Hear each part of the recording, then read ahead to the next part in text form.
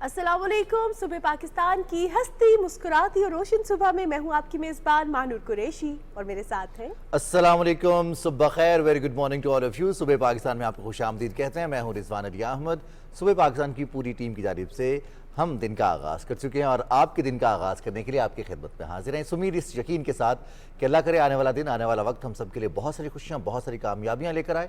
गुजरे हुए वक्त की कोई भी नाकामी कभी पलट कर हमारे सामने ना आए। तो प्रोग्राम के आगाज़ में हम कुछ बात कर लेंगे इस बदलते हुए मौसम की। तो मानूर, आज सुबह भी कोई कह रहा था मुझसे कि सर्दियां कब जाएंगी। मैंने कहा सर्दियां अब तो मई शुरू हो गया है, आज जगम मई है और इस मौसम में या इस महीने में तो टेम्परेचर्स अच्छे खासे बढ़ जाते हैं। लेकिन जो बालाई इलाके हैं, रावलपिंडी, इस्लामाबाद, खित्ता पोठवार या फिर कश्मीर, गिलगित बल्तिस्तान, वहाँ पर टेम्परेचर्स काफ़ी नीचे हैं बवजूद बारिशें। बिल्कुल जनाब। और इसके साथ साथ इस वीक के एंड तक जो है वो सूरज अपना जोर पकड़ेगा और टेम्परेचर्स जो है वो 30 डिग्री सेंटीग्रेड क्रॉस करेंगे। इवन रावलपिंडी, इस्लामाबाद में भी हम देख रहे हैं कि जो धूप है वो बड़ी सूदिंग धूप है। 30 डिग्री सेंटीग्रेड। अभी आज इस्लामाबाद का temperature is around 27 degree centigrade. तो आहिस्ता आहिस्ता जो है रावलपिंडी, इस्लामाबाद 30 क्रॉस करेगा और फिर वो इलाके जहाँ पे ऑब्वियसली बहुत सख्त गर्मी होती है और मई इज़ फेमस फॉर दैट। हम कहते हैं कि मई बहुत ज़्यादा, मई और जून बहुत ज़्यादा गर्म महीने हैं क्योंकि उसके बाद मानसून स्टार्ट हो जाता है तो थोड़ा सा बारिश से मौसम चेंज होता है। हम अपने नाज़रीन को ये बता देंगे कि मई में गुज़िश्ता बरस भी और उससे जो पीछे साल था 2021, उसमें भी महकमा मौसमियात की जानिब से, NDMA की जानिब से और मुख्तलिफ इदारों की जानिब से हीट वेव्स के अलर्ट जारी किए जाते थे। बिल्कुल। और अब देखा जाए तो ये एक हमारे लिए खुशाइन भी है कि मौसम अच्छा है और बारिश रुक गई है। किसान भाई हमारे खुश हैं। आज 1 मई है, हम भी खुश हैं। खुश क्यों है रिजवान? आज हम मजदूर हैं, हमारा आज आलमी दिन है और हम मजदूर आज काम पे आए हुए हैं क्योंकि हम चाहते हैं कि हमारी भी दिहाड़ी मिस ना हो। बेसिकली आज का दिन इसलिए भी खास है क्योंकि एक अच्छी खबर हम आपको देने जा रहे हैं और वो खबर ऐसी है कि ना सिर्फ उस पर हमारी ट्रांसपोर्टेशन लिंक करती है बल्कि हमारे सब्जी का रेट, हमारे फल का रेट, हमारी जो रोजमर्रा की हम चीजें खरीदते हैं उसका रेट उसके साथ लिंक्ड होता है और वो है पेट्रोलियम मसनूआत। जी, पेट्रोलियम मसनूआत की कीमतों में कमी की गई है। हुकूमत आलमी मार्केट में कमी के बाद पाकिस्तान में भी कीमतों में कमी की गई है और अब पेट्रोलियम मसनूआत की कीमत में, पेट्रोल की कीमत में 5 रुपये से ज़्यादा का कमी की गई, जबकि डीजल की कीमत में 8 रुपये से ज़्यादा की कमी की गई है, जिसके बाद अवाम की जानिब से इस फैसले को खुशाइन करार दिया जा रहा है। आलमी मार्केट में पेट्रोलियम मसनूआत की कीमतों में कमी के बाद पाकिस्तान में भी इसके असरात नज़र आ रहे हैं और हुकूमत ने ये फ़ायदा अवाम को पहुँचाया है। गुज़िश्ता रोज़ ये फैसला किया गया और रात 12 बजे से ये नई कीमतें नाफिजुल अमल हो गई हैं। जहाँ हम बात करते हैं अच्छी खबर की और मुफाद की, कौम के मुफाद में जो फैसले किए जाते हैं उनके समरात फिर सामने आना शुरू होते हैं। तो हम देखते हैं IMF के साथ हमारा स्टैंड बाई अरेंजमेंट था और इसकी तीसरी और आखिरी किस्त जारी की गई, जिसका मतलब ये है कि IMF का ये प्रोग्राम जो स्टैंड बाई अरेंजमेंट था ये मुकम्मल हो गया है। बिल्कुल। और इसके मुकम्मल होते साथ ही हमें 1 अरब 10 करोड़ डॉलर की जो आखिरी किस्त थी वो पाकिस्तान को मौसूल हो गई है और ये बहुत ज़्यादा खुश आइंद है। और इस पर वज़ीर आज़म शहबाज शरीफ का कहना ये है कि मुल्क में मौशी इस्तेहकाम की राह हमवार होगी और मईशत को बेहतर बनाने की पूरी कोशिश भी कर रहे हैं और इससे मदद भी हासिल होगी। जी, वज़ीर आज़म कहते हैं कि कर्ज लेना कोई कामयाबी नहीं है, कामयाब तो उस वक्त होंगे जब हम ये कर्ज वापस करेंगे। 16 माह की हुकूमत में मुश्किल फैसले किए और उनके समरात अब सामने आना शुरू हैं मुआशी इशारियों की सूरत में। खैर जी, हम कुछ इसके साथ साथ आज के दिन के हवाले से बात भी करेंगे। अहम दिन है लेबर डे, इंटरनेशनली इस दिन को मनाया जाता है। 1886 से इसका आगाज़ हुआ था। मजदूरों ने मुतालबा किया था कि हमें 8 घंटे काम करना है, हमारे औकात कार को मुख्तस किया जाए और इसके साथ साथ उनको जो उसकी अदायगी की जाती है, जो उजरत दी जाती है, उसको भी मुख्तस किया जाए और उसको फिक्स किया जाए ताकि उनकी ज़रूरियात भी पूरी हों, फिर वो अपने ख़ानदान को भी टाइम दे सकें। और इसके साथ साथ बहुत ज़रूरी है आज के दिन को मनाने का मकसद ताकि जो लेबर्स हैं, जाके जो मजदूर हैं, उनको उनके राइट्स बताए जा सकें। राइट्स के साथ साथ ड्यूटीज़ भी बताई जा सके। जब हमें हमारी ड्यूटीज़ पता होती हैं, हमें हमारे राइट्स पता होते हैं तो तब हम आवाज़ भी उठा सकते हैं। शिकागो के मजदूरों ने ये सिलसिला स्टार्ट किया और उसी के नतीजे में ना सिर्फ पाकिस्तान में बल्कि पूरी दुनिया में आज मजदूरों का आलमी दिन मनाया जाता है।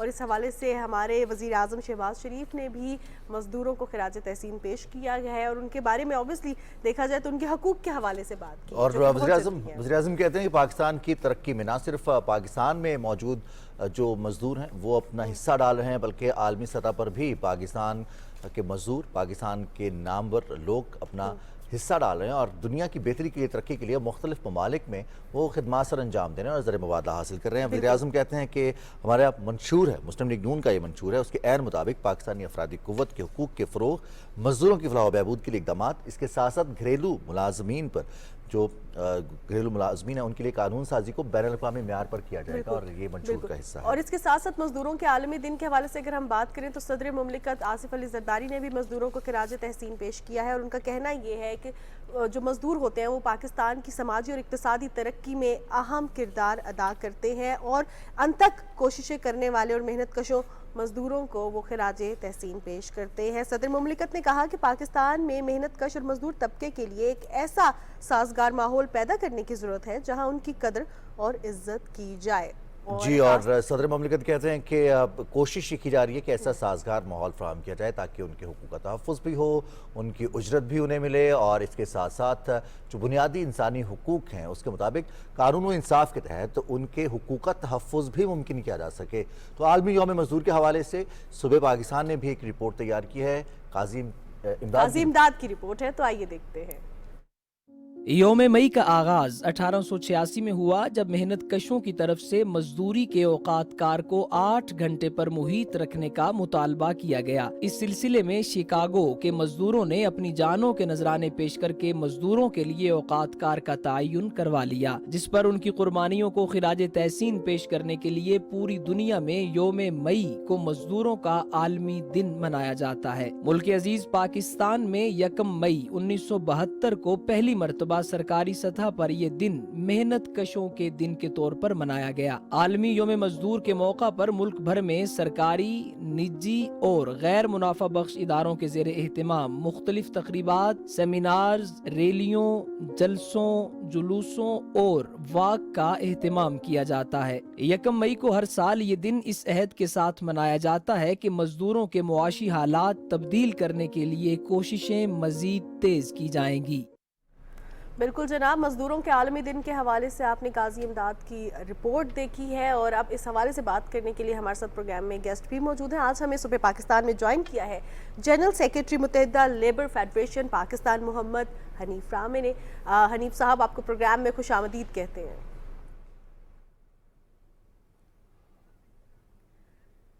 हनीफ साहब, अगर आज के दिन के हवाले से बात करें, मजदूरों के मौजूदा हालात के हवाले से बात करें, तो आज के दौर में वर्ल्ड लेबर डे जो ना सिर्फ पाकिस्तान में बल्कि पूरी दुनिया में मनाया जाता है, इसकी क्या अहमियत है?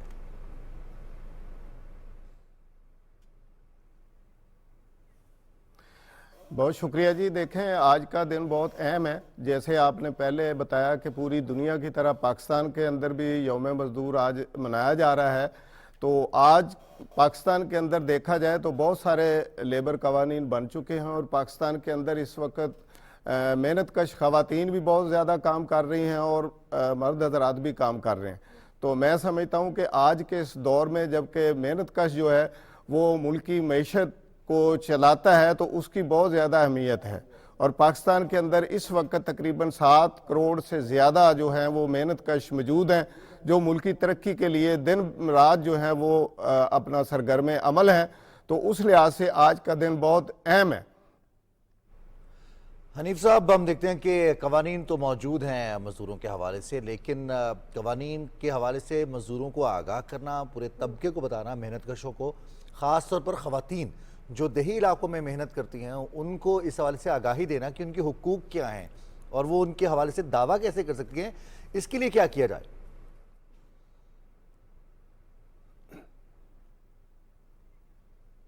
जी बिल्कुल, आपका बड़ा अहम सवाल है। इस वक्त बहुत सारे अदारे काम कर रहे हैं मेहनत कशों के लिए, मेहनत कश ख़वातीन के लिए भी और मज़दूरों के लिए भी, और बहुत सारी सहूलतें जो हैं वो मौजूद हैं और गवर्नमेंट की तरफ से भी बहुत सारे कवानीन इस वक्त मौजूद हैं। जैसे मैं आपको आपके मुख्तसर वक्त में थोड़ा सा तारफ़ कराना चाहूँगा जो पाकिस्तान के अंदर मजदूर बहबूद के लिए काम कर रहे हैं, और उसमें सबसे बड़ा अहम अदारा है सोशल सिक्योरिटी। इस वक्त पंजाब के अंदर तकरीबन 11 से 12 लाख जो है वो रजिस्टर्ड वर्कर्स हैं और सोशल सिक्योरिटी के तहत मज़दूरों के पूरे ख़ानदान को जो मेडिकल सहूलत दी जाती है और उसके लिए हॉस्पिटल और डिस्पेंसरीज मौजूद हैं। गो के जैसे आपने ये कहा कि देही इलाकों में लोगों को ज़्यादा शऊर नहीं है, आप बिल्कुल ठीक कहते हैं, और उसमें हमारी रजिस्ट्रेशन के लिए थोड़ी पहुंच भी कम है। तो मेरा ख्याल है उसको मज़ीद जो है बेहतर करने की ज़रूरत है। इसी तरह वर्कर्स वेलफेयर फंड है, उसके तहत मज़दूरों को बहुत सारी सहूलतें मिलती हैं, जिसमें तालीम की सहूलत मिलती है, मज़दूरों के बच्चों को मुफ्त तालीम दी जाती है, जिसके तहत जो है मैरिज ग्रांट जो है इस वक्त मज़दूरों की बच्चियों को 4 लाख रुपया मैरिज ग्रांट के तौर पे दिया जाता है। और साथ ही अगर खुदा न खास्ता किसी मज़दूर की डेथ होती है तो उसके लिए 8 लाख रुपया मज़दूरों को जो है वो डेथ ग्रांट दी जाती है। और मैं समझता हूँ कि इसके साथ एक बहुत ही अहम अदारा और है EOBI, employees old age benefit institution, जो मज़दूरों को पेंशन अदा करता है। मर्द मज़दूर के लिए 60 साल और ख़वातीन के लिए 55 साल पे जो है उसकी पेंशन दी जाती है। इसके लिए शऊर की बहुत कमी है। मैं समझता हूँ कि इलेक्ट्रॉनिक मीडिया और प्रिंट मीडिया के ज़रिए और जो हमारी मुख्तलिफ मज़दूर तंजीमें उनके ज़रिए और ख़ास तौर पे लेबर डिपार्टमेंट की तरफ से सादा और आसान उर्दू में अगर छोटे छोटे पम्फलेट ज़्यादा से ज़्यादा तकसीम किए जाएं तो उसमें मज़दूरों को ये सारी जो है आगाही दी जा सकती है। और ख़ास तौर पे ख़वातीन वर्कर जो इस वक्त हर शोबे में मसलन फार्मास्यूटिकल में, टेक्सटाइल एंड गारमेंट्स में, इलेक्ट्रॉनिक में वो आ चुकी हैं। लाखों की तादाद में तो सिर्फ लाहौर और पंजाब के अंदर जो है वो ख़वातीन काम कर रही हैं। मैं समझता हूँ उनको ज़्यादा से ज़्यादा शऊरी आगाही देने की ज़रूरत है। उसमें रियासती अदारों की भी ज़िम्मेदारी है और हमारी मज़दूर तंजीमों की भी ज़िम्मेदारी है कि हम उनको आगाही दें। हनीफ साहब, इसमें मैं आपसे ये भी जानना चाहूँगी कि जब हम मज़दूर के हवाले से बात करते हैं तो हमारे माइंड में एक स्पेसिफिक कैटेगरी आती है।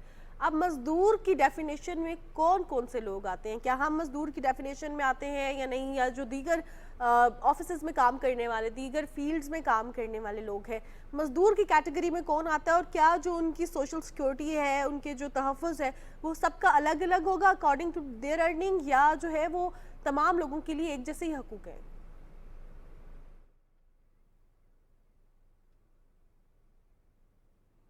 जी देखें, ये बड़ी अहम बात आपने की है कि असूली तौर पे तो सबको होना चाहिए, चाहे कोई मज़दूर फैक्ट्री में काम करता है, दफ्तर में काम करता है, वो होम बेस वर्कर है, डोमेस्टिक वर्कर है, तो सब पे कानून लागू होना चाहिए।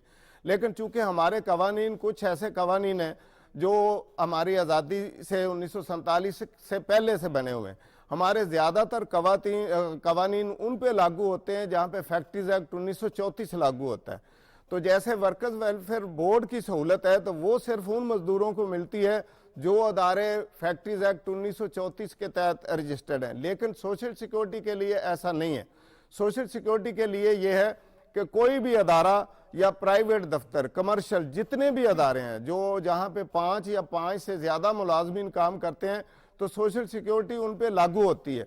लेकिन देखें, जो बेहतरी की गुंजाइश हर वक्त रहती है। हमारे अदारों के अंदर मज़ीद उसको बेहतरी लाने की ज़रूरत है, लोगों को बाशऊर करने की ज़रूरत है और अमल दरामद करने की ज़रूरत है। हमारे मुल्क के अंदर बहुत सारे लेबर कवानीन बने हुए हैं जो पाकिस्तान के पहले के भी है और बाद में भी, लेकिन लेबर कवानीन पे अमल दरामद का बाहर का एक मसला है जिसके लिए रियासती अदारे भी कोशिश कर रहे हैं और हमारे जो मीडिया के अदारे हैं वो उसमें आगाही देते हैं।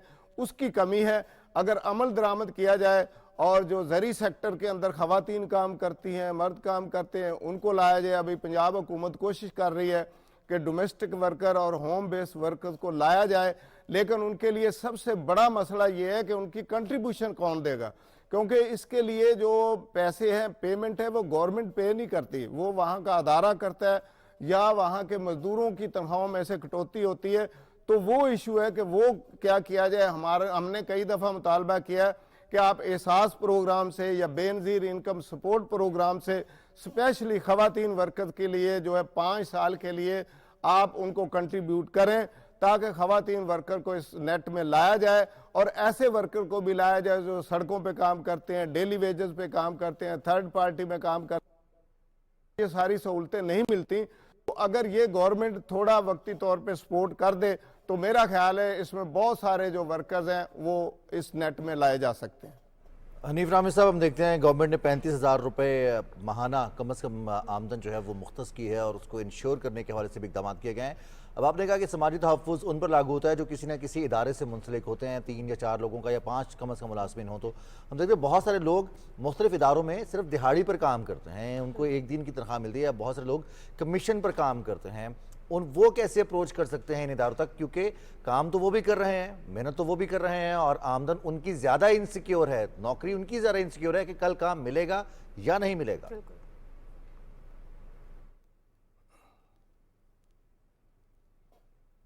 जी बिल्कुल, आपने ठीक कहा। इस वक्त जो कम अज़ कम उजरत है वो 32,000 रुपये माहाना है और हमारी पूरी कोशिशें इसके लिए जारी हैं।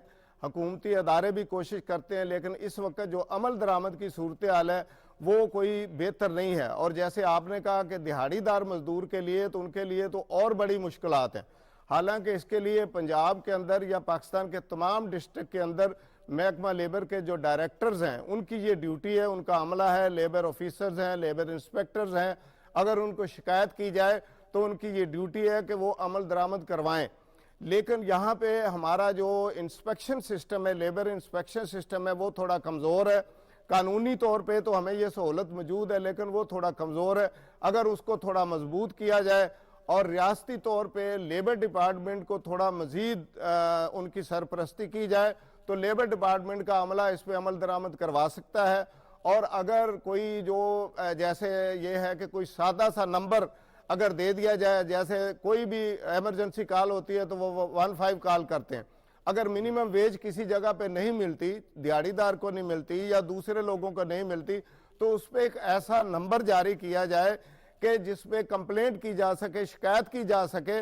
और खाली लेबर डिपार्टमेंट नहीं, उसके ऊपर जो है वो जो ये जुर्म कर रहा है उसके खिलाफ कानूनी कार्रवाई सख्ती से की जाए तो मेरा ख्याल है कि इस पे अमल दरामद किया जा सकता है। ये नामुमकिन नहीं है। पाकिस्तान के अंदर रियासती कवानीन को नाफिज करना रियासत की जिम्मेदारी है। मैं ये समझता हूँ कि ये सारा कुछ हो सकता है। लेकिन हनीफ रामी साहब, यहाँ पे मैं आपसे ये भी जानना चाहूँगी कि जहाँ हम सोशल सिक्योरिटी के हवाले से, रूल्स एंड रेगुलेशंस के हवाले से बात करते हैं, आज से देखा जाए तो कई साल पहले शिकागो के मजदूरों ने भी जब 8 घंटे शिफ्ट का मुतालबा किया तो अब कहा यह जाता है, जो अनफॉर्चुनेट सिचुएशन है कि अगर मजदूर ऐसा कोई मुतालबा करे, उसको अगर कहा जाता है ओवर टाइम करो और उसकी उजरत भी ना दी जाए, वो मुतालबा करे, वो डेली वेजर होता है, उसका कोई कॉन्ट्रैक्ट नहीं होता, उस पर कोई भी उसके पास कोई सिक्योरिटी नहीं होती है, तो उसको कहा जाता है काम करना है तो करे, नहीं करना तो ना करे। अब ऐसे में कोई ऐसा रूल है कि अगर कोई मजदूर अपने एम्प्लॉयर की शिकायत कर रहा है तो उस शिकायत का जब तक हल नहीं निकलता, जब तक इंक्वायरी नहीं होती, उसकी जॉब तो सिक्योर हो, उसको निकाला ना जाए, कोई ऐसा भी रूल है? क्योंकि अक्सर औकात हम देखते हैं दुकानों पे काम करने वाले, ऑफिसेज में काम करने वाले जहां शिकायत करते हैं वहीं निकाल दिया जाता है उन्हें।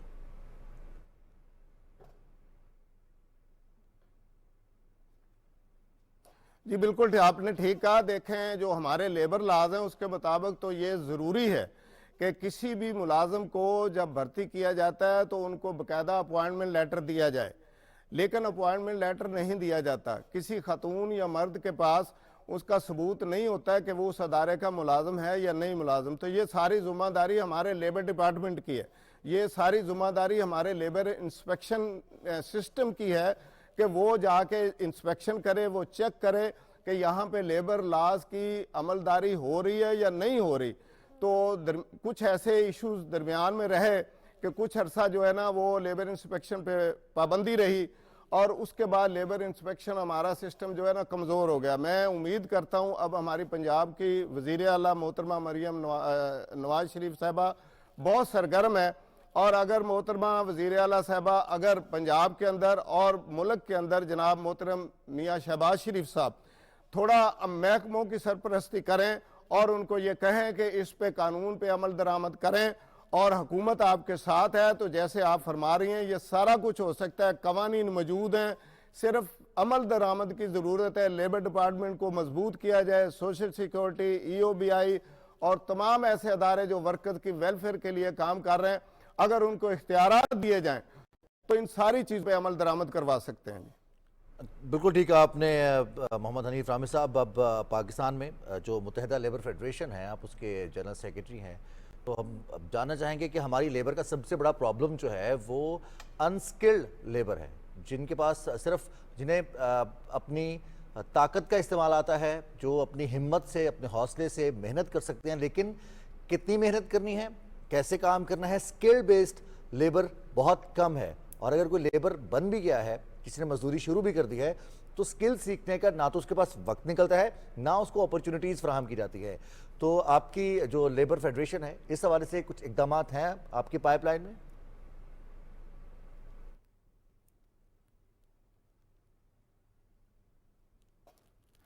जी बिल्कुल, आपने ठीक कहा, ये बहुत ज़रूरी है।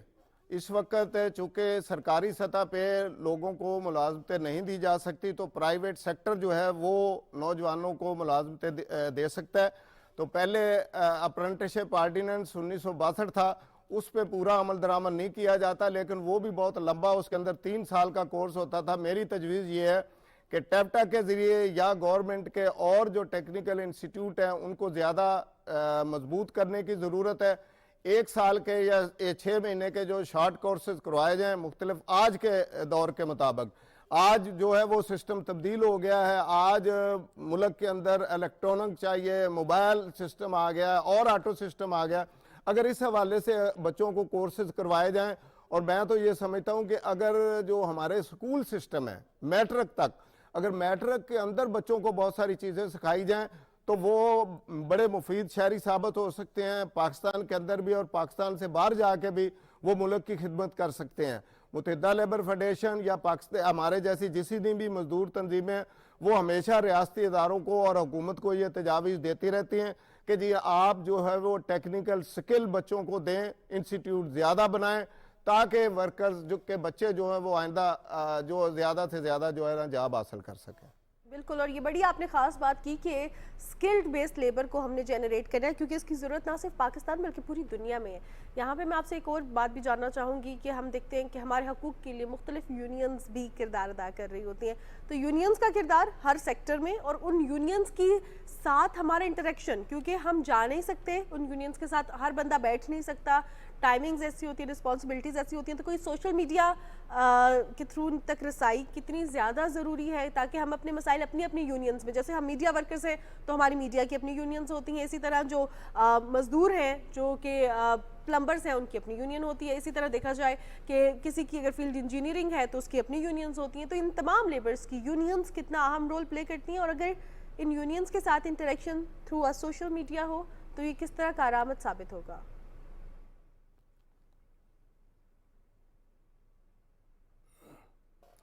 जी बिल्कुल, आपने बिल्कुल ठीक कहा, लेकिन बदकिस्मती से हमारे मुल्क के अंदर कवानीन मौजूद हैं। हमने ILO के कन्वेंशन जो है वो उनकी तौसीक की हुई है। बहुत सारे लेबर लॉज ऐसे मौजूद हैं जिनके ज़रिए यूनियन बन सकती है, कवानीन के अंदर यूनियन बन सकती है। लेकिन इस वक्त प्रॉब्लम ये है कि जो फॉर्मल सेक्टर है उनके अंदर यूनियनाइज वर्कर बहुत कम है। मसलन एक वक्त में आज जो एक अंदाजे के मुताबिक सिर्फ पूरे पाकिस्तान के अंदर जो यूनियन साजी है वो सिर्फ 1% है। और जैसे आपने कहा मुख्तलिफ प्लम्बर या मुख्तलिफ इनफॉर्मल सेक्टर, अब थोड़ा सा इसको बदलने की ज़रूरत है। ज़रूरी नहीं है कि ये यूनियन को रजिस्टर्ड करवाया जाए। मसलन अगर प्लम्बर वाले हैं वो अपनी यूनियन बनाएं, और मार्केट के अंदर जो है वर्कर काम करते हैं वो अपनी यूनियन बनाएं और उनको रिकगनाइज किया जाए, उनको तस्लीम किया जाए सरकारी सतह पे। होम बेस वर्कर वाले अपनी यूनियन बनाएं, डोमेस्टिक वर्कर अपनी यूनियन बनाएं। ख़वातीन के लिए थोड़ा और प्रॉब्लम होता है कि वो ज़रा घरों से निकलना उनके लिए मुश्किल होता है। ख़वातीन के लिए ये सहूलत होनी चाहिए कि वो अपनी यूनियन बनाएं और अपने प्लेटफार्म बनाएं और अपने जो मसाइल हैं वो रियासती अदारों तक पहुँचाएँ। और जो सिविल सोसाइटी आजकल बहुत एक्टिव रहती है, सोशल मीडिया पे तमाम लेबर कवानीन की जो आगाही है वो बताने की ज़रूरत है। और उसमें मैं समझता हूँ कि इलेक्ट्रॉनिक मीडिया और ख़ास तौर पे PTV का बहुत अहम रोल है, क्योंकि PTV वाहिद चैनल है अभी तक भी जो पूरे मुल्क में दूर दराज देहातों में देखा जाता है। अगर PTV पे कोई चीज़ बताई जाएगी, कोई शऊर दिया जाएगा लोगों को, उनको मुनज़्ज़म करने के हवाले से, उनके जो राइट्स हैं उनके हवाले से बताया जाएगा, तो मेरा ख्याल है इसमें बहुत ज़्यादा बेहतरी आ सकती है। और ख़वातीन और मर्द जितने भी हैं, अब बहुत सारे लोग फील्ड में नए नए सेक्टर के अंदर जो है ना वो ख़वातीन और मर्द आ रहे हैं, और मेरा ख्याल है कि बहुत सारे मौक़े मौजूद हैं अगर उनको आगाही दी जाए। ज़्यादातर हमारी जो यूथ है उनको लेबर लॉज के बारे में नहीं पता, उनको अपने आप को मुनज़्ज़म करने के बारे में नहीं पता, तो वो थोड़ा मीडिया और सोशल मीडिया इसमें बहुत ज़्यादा मुअस्सर किरदार अदा कर सकता है। हनीफ रामी साहब, एक बहुत अहम नुक्ता ये है कि मजदूर तबके का सबसे बड़ा मसला उनकी जहाँ मुआशी सूरत हाल होती है वहीं उनके बच्चों की तालीम भी होती है। फिर हम देखते हैं कि उनके स्किल में कोई इजाफा नहीं हो रहा था, वो जिस सतह से मजदूरी शुरू करते हैं उसी पर सारी उम्र काम करते रहते हैं। उनके बच्चों के तहफ़्फ़ुज़ के लिए, बच्चों की तालीम के लिए मुत्तहिदा लेबर फेडरेशन हो या फिर इस तरह की बाकी जितने भी इदारे हैं वो एक मुनज़्ज़म सिस्टम तैयार कर सकते हैं उन इदारों के साथ मिलकर जहाँ पर लोग मुलाजमत कर रहे हैं, जहाँ पर वो मजदूरी कर रहे हैं। तो एक ऐसा मैकेनिज्म तैयार किया जा सकता है।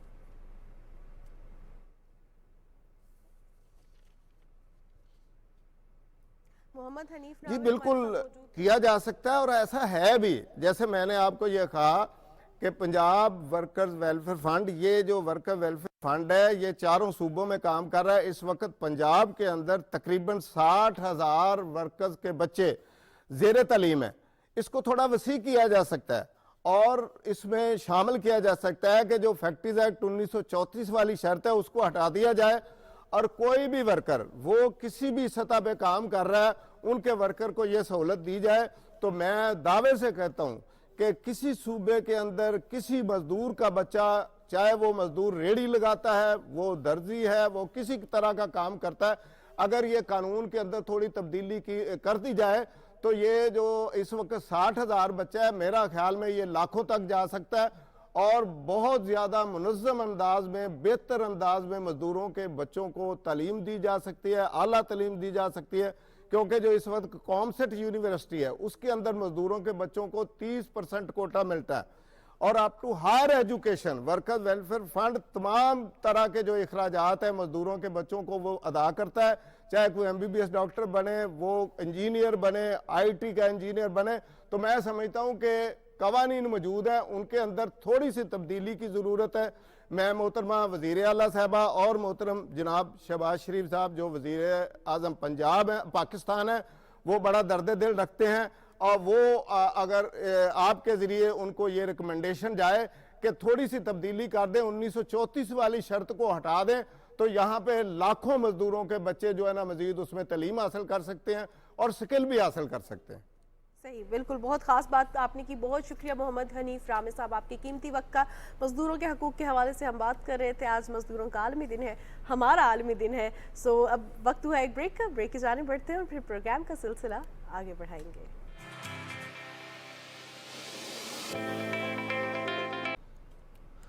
जनाब, सुबह पाकिस्तान का सिलसिला अब आगे बढ़ाते हैं और बात करते हैं कुछ खेलों के मैदान की। और खेलों के मैदान में पाकिस्तानी एक देखा जाए तो अपना मुनफरिद मुकाम रखते हैं, क्योंकि चाहे कोई भी खेल हो, चाहे स्क्वॉश हो, चाहे मार्शल आर्ट्स हो, चाहे क्रिकेट हो, चाहे हॉकी हो, चाहे फुटबॉल हो, चाहे गेम्स हो, हर मैदान में पाकिस्तानी आगे हैं। लेकिन अब जिस पाकिस्तानी का हम जिक्र कर रहे हैं वो रिजवान आपके हम नाम है।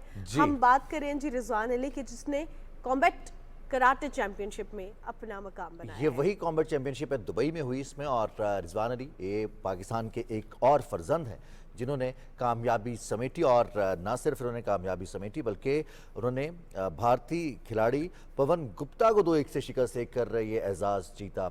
8 साल से पाकिस्तान की नुमाइंदगी कर रहे हैं। करंटली पाकिस्तान नंबर 1 है और उनकी इस शानदार परफॉर्मेंस पर सूबाई वज़ीर खेल पंजाब की जानिब से उन्हें 5 लाख रुपए के इनाम का भी ऐलान किया गया है। तो आज हमारे साथ मौजूद हैं रिजवान द हैदर अली। रिजवान, अस्सलाम वालेकुम।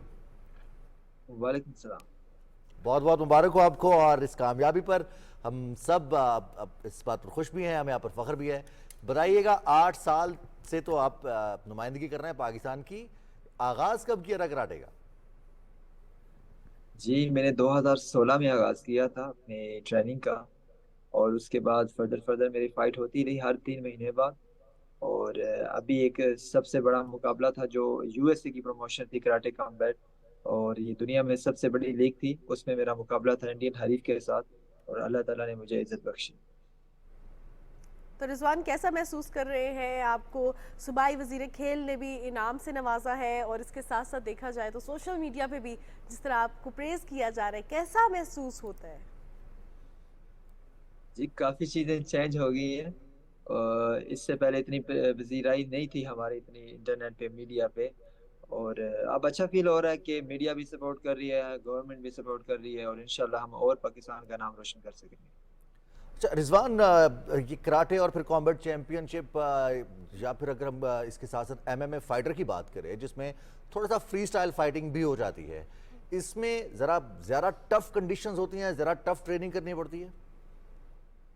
जी, एमएमए जो है, मैं बेसिकली एमएमए फाइटर हूँ। एमएमए में ये है कि आपने सारी गेमों को लेके चलना होता है, जितनी भी इंटरनेशनल गेम है। इसमें किक बॉक्सिंग है, बॉक्सिंग है, रेसलिंग है, जुजित्सु है, सारी चीज़ें। लाइक आप स्टैंडिंग भी करते हैं उस फाइट में, आप ग्राउंड एंड पाउंड करते हैं, आपने नीज मारना है फेस पे, अल्बो भी आप यूज़ कर सकते हैं। ये सारी चीज़ें आप ट्रेनिंग करते हैं तो वो काफ़ी हार्ड होता है। सही हो गया रिजवान। अच्छा ये बताइएगा कि कितनी देर प्रैक्टिस करते हैं, क्या क्या जो है ऐसी मुख्तलिफ चीज़ें करते हैं कि आप जो है कराटे चैम्पियन बन भी गए हैं और आगे भी मज़ीद पाकिस्तान का नाम रोशन करेंगे? प्रैक्टिस, एक्सरसाइज, क्या डाइट है जो अपने आप को फिजिकली फिट रखने के लिए करते उनको हैं? ट्रिक्स भी होते हैं ना? ट्रिक्स भी, हाँ। जी, हमें काफ़ी कंसिस्टेंट रहना पड़ता है अपनी डाइट पे, और दिन में 7-8 घंटे ट्रेनिंग करनी पड़ती है, और डिफरेंट ट्रेनिंग होती है हमारी। हर रोज़ एक मुख्तलिफ ट्रेनिंग होती है, कभी बॉक्सिंग, कभी किक बॉक्सिंग, कभी स्ट्रेंथ एंड कंडीशनिंग। ये सारी चीज़ें लेके चलना पड़ता है हमें। तो अभी आजकल क्या तैयारी कर रहे हैं, किस इवेंट पर नजरे हैं? क्योंकि हम दुबई में देखते हैं बहुत सारे फाइटर्स वहाँ पर मौजूद थे, बहुत सारे कराटे के एक्सपर्ट्स मौजूद थे, और उनसे मुकाबला करना इतना आसान नहीं है। लेकिन इस तरह के प्लेटफॉर्म्स आपको एक मौका देते हैं कि आप टेस्ट कर सकें अपने आप को कि आप इससे अगला माइलस्टोन कौन सा है और कौन सी चैंपियनशिप है जो आपने जीतनी है।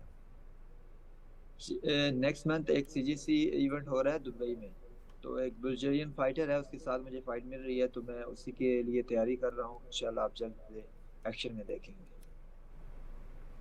तो ये बताइएगा रिजवान कि आपका रोल मॉडल है कौन? किसको देखा और आपको लगा कि मुझे कराटे सीखने हैं, कराटे करने हैं? मेरा रोल मॉडल खबीब है, जो दागिस्तान के फाइटर हैं। मैं समझता हूँ कि एक बीइंग अ मुस्लिम, वो एक बहुत बड़े सेलिब्रिटी हैं मुसलमानों के, तो और काफ़ी सारे लोग उन्हें जानते हैं। बिल्कुल सही रिजवान। पाकिस्तान में हम देखते हैं कि इस तरह के खेल ज़्यादातर नौजवान सीख लेते हैं सेल्फ डिफेंस के लिए, कुछ शौक होता है, लेकिन उसको प्रोफेशनली लेकर चलना नहीं है। मुश्किलात आती हैं, लेकिन आप जिस तरह से लेकर चले हैं फिर उसका रिवॉर्ड भी मिल रहा है। अब कौमी सतह पर भी आपकी कामयाबी का एतराफ़ किया जा रहा है, फिर सूबाई सतह पर भी। तो हमारी कौमी सतह पर अब जैसे आप चैम्पियन हैं, शाज़िया ब्रिंद हैं, हमारे बाकी चैम्पियंस हैं, वो किस तरह से कंट्रीब्यूट कर सकते हैं? जी, हमारे लोकल ब्रांड को चाहिए वो हमें सपोर्ट करें, जिस तरह वो क्रिकेट को स्पॉन्सर करते हैं। अगर वो इस सतह पे हमें स्पॉन्सर करें तो हम काफ़ी पाकिस्तान का नाम इंटरनेशनली रोशन कर सकते हैं। और हम जितना मैंने किया है, मैं तकरीबन 6-7 साल से रिप्रेजेंट कर रहा हूँ पाकिस्तान को इंटरनेशनल लेवल पे, जिसमें मैंने 2 टाइटल अफगानिस्तान के अगेंस्ट जीते, और ईरान को भी शिकस्त दी, और उसके बाद इंडिया को भी। तो मैं फाइनेंशियली खुद ही सपोर्ट करता था, मेरी फैमिली सपोर्ट करती थी। इवन के जब भी कैंप होता था हमारा ट्रेनिंग कैंप, मैं बाहर जाता था, बाहर की कंट्री, हमारे पास वो फैसिलिटीज़ भी नहीं है कोई यहाँ पे हम ट्रेनिंग कर सकें, और ना हमारे पास उस तरह कोचेज़ हैं इंटरनेशनली जो हमें ट्रेनिंग करवा सकें एमएमए की। तो उसके लिए हम बाहर जाना पड़ता था, काफ़ी सारे खर्चे होते थे। तो अभी बेहतर होगा इंशाल्लाह, हुकूमत भी साथ देगी तो इंशाल्लाह हम और पाकिस्तान का नाम रोशन कर सकेंगे। इंशाल्लाह इंशाल्लाह। रिजवान ये बताइएगा कि जब जितने हमने आज तक इंटरव्यूज़ किए हैं और पाकिस्तानी खिलाड़ियों के इंटरव्यूज़ किए, तो एक चीज़ लगी है कि उनमें विल बहुत ज़्यादा होती है आगे बढ़ने की, चाहे रिसोर्सेज कम हो, चाहे कोई भी हर्डल हो, उनकी जो इंटरनल विल होती है, जो विल पावर होती है, वो उनको बहुत ज़्यादा इस चीज़ पे कन्विंस करती है कि आगे बढ़ना है। आपको क्या लगता है कि अभी तक जितने आपने लोग देखे अपने इर्द गिर्द अपनी फ्रेटर्निटी में, क्या ऐसी खास चीज़ होती है कि वो वाली खेल में भी अपना नाम रोशन करते हैं जिसका इतना ज़्यादा स्कोप नहीं होता उस कल्चर में या उस कंट्री में? जी, जिस चीज़ का आपको शौक होता है वो उसी को आप लेके चलते हैं, और इंसान को तवक्कल होना चाहिए अल्लाह के साथ पे, मेहनत नहीं छोड़नी चाहिए, कंटिन्यूसली मेहनत करनी चाहिए, और तवक्कल लेके चलना चाहिए, तो अल्लाह ताला कामयाबी दे देता है। बेशक बेशक, और मेहनत का फल आपको मिलता ज़रूर है। तो हम रिजवान, अगर हम बात करें इस इवेंट की मखसूस तौर पर, तो इस इवेंट में जो आपका मुकाबला हुआ उसमें कोई एक ऐसा लम्हा जो सारी ज़िंदगी रिजवान को नहीं भूलेगा? हाँ, जब मैंने अल्लाह अकबर के नारे लगवाए पूरी आवाम से, तो वो दैट वाज द मोमेंट जो मैं कभी भूल नहीं पाया। तो इसके अलावा और कौन सा शौक रखते हैं रिजवान, अगर हम कराटे के अलावा कोई बात करें, क्योंकि बहुत सारे गेम्स ऐसे हैं, हम फुटबॉल की बात करें या क्रिकेट की बात करें तो ये नेचुरल होते हैं, तो कराटे के लिए कौन सी कुर्बानी दी, इस कॉम्बैट चैंपियन बनने के लिए कौन सी कुर्बानियां दी रिजवान ने? मैं बचपन में क्रिकेट ही था, और तकरीबन 10 साल मैंने क्रिकेट ही खेली, पर उसके बाद मैंने स्विच किया इस पे मिक्स मार्शल आर्ट। अच्छा, पहले क्रिकेट के शौकीन थे और फिर जो है कराटे की तरफ आए, तो रीज़न क्या था? क्या इसमें समटाइम्स ऐसा होता है कि जो इस तरह की गेम्स होती हैं किसी पे गुस्सा उतारना हो ना तो तब खेलते हैं, क्या वाकई ऐसा था? नहीं, ऐसा नहीं था, क्योंकि मैं बेसिकली गांव से ताल्लुक रखता हूँ, तो एक टीवी में आने का एक शौक था। तो मेरे जो बड़े भाई थे वो एमएमए फाइटर, वो एक्स फाइटर है पाकिस्तान के। तो वो एक दिन टीवी में आई, तो मैं वैसे ही बैठा हुआ देख रहा था, तो मैंने अम्मी को बोला कि एक दिन मैं भी टीवी पे आऊँ। तो वो एक शौक था, एक फैमिली बेस पे चलती आ रही है हमारी ये स्पोर्ट्समैनशिप, तो बस वही हुआ फिर। लेकिन रिजवान अब तो मामला जो है थोड़ा सा रिवर्स हो गया, टीवी पर तो आप आ गए, बल्कि कई दफ़ा आ गए, जब आपने मुकाबला जीत लिया, आज सुबह पाकिस्तान में भी हैं आप, तो अब क्या जिम्मेदारी भी आ गई इसके साथ साथ? टीवी में आने का शौक तो पूरा हो गया, लेकिन जिम्मेदारी है कि अब आप कौमी हीरो बन चुके हैं, तो ज़्यादा अच्छा परफॉर्म करना होगा, उसकी भी कोई रीज़न होनी चाहिए। जी जी, आप पूरी कौम मेरे साथ है, तो इंशाल्लाह मैं और ज्यादा मेहनत करूंगा ताकि मैं अपने मुल्क का और नाम रोशन कर सकूं। इंशाल्लाह रिजवान, और अब जिस तरह रिजवान का शौक था कि टीवी पर आना है, और टीवी पे जो लोग बैठे उन होते रिजवान हैं का और इस रिजवान का भी शौक था। और वो प्राउड फील करते हैं रिजवान को फीचर करते हुए कि हमारे कौमी हीरो हैं, पाकिस्तान का नाम रोशन किया है। तो रिजवान, जो लोग इस फील्ड में आना चाहते हैं, कराटे चैंपियन बनना चाहते हैं, किस एज से आप सजेस्ट करेंगे कि अगर किसी को शौक है, तो अक्सर पेरेंट्स कहते हैं अच्छा मैट्रिक कर लो, उसके बाद एफएससी के बाद देख लेना, जब कोई फील्ड चूज करोगे तो साथ साथ किस एज से स्टार्ट कर देनी चाहिए प्रैक्टिस?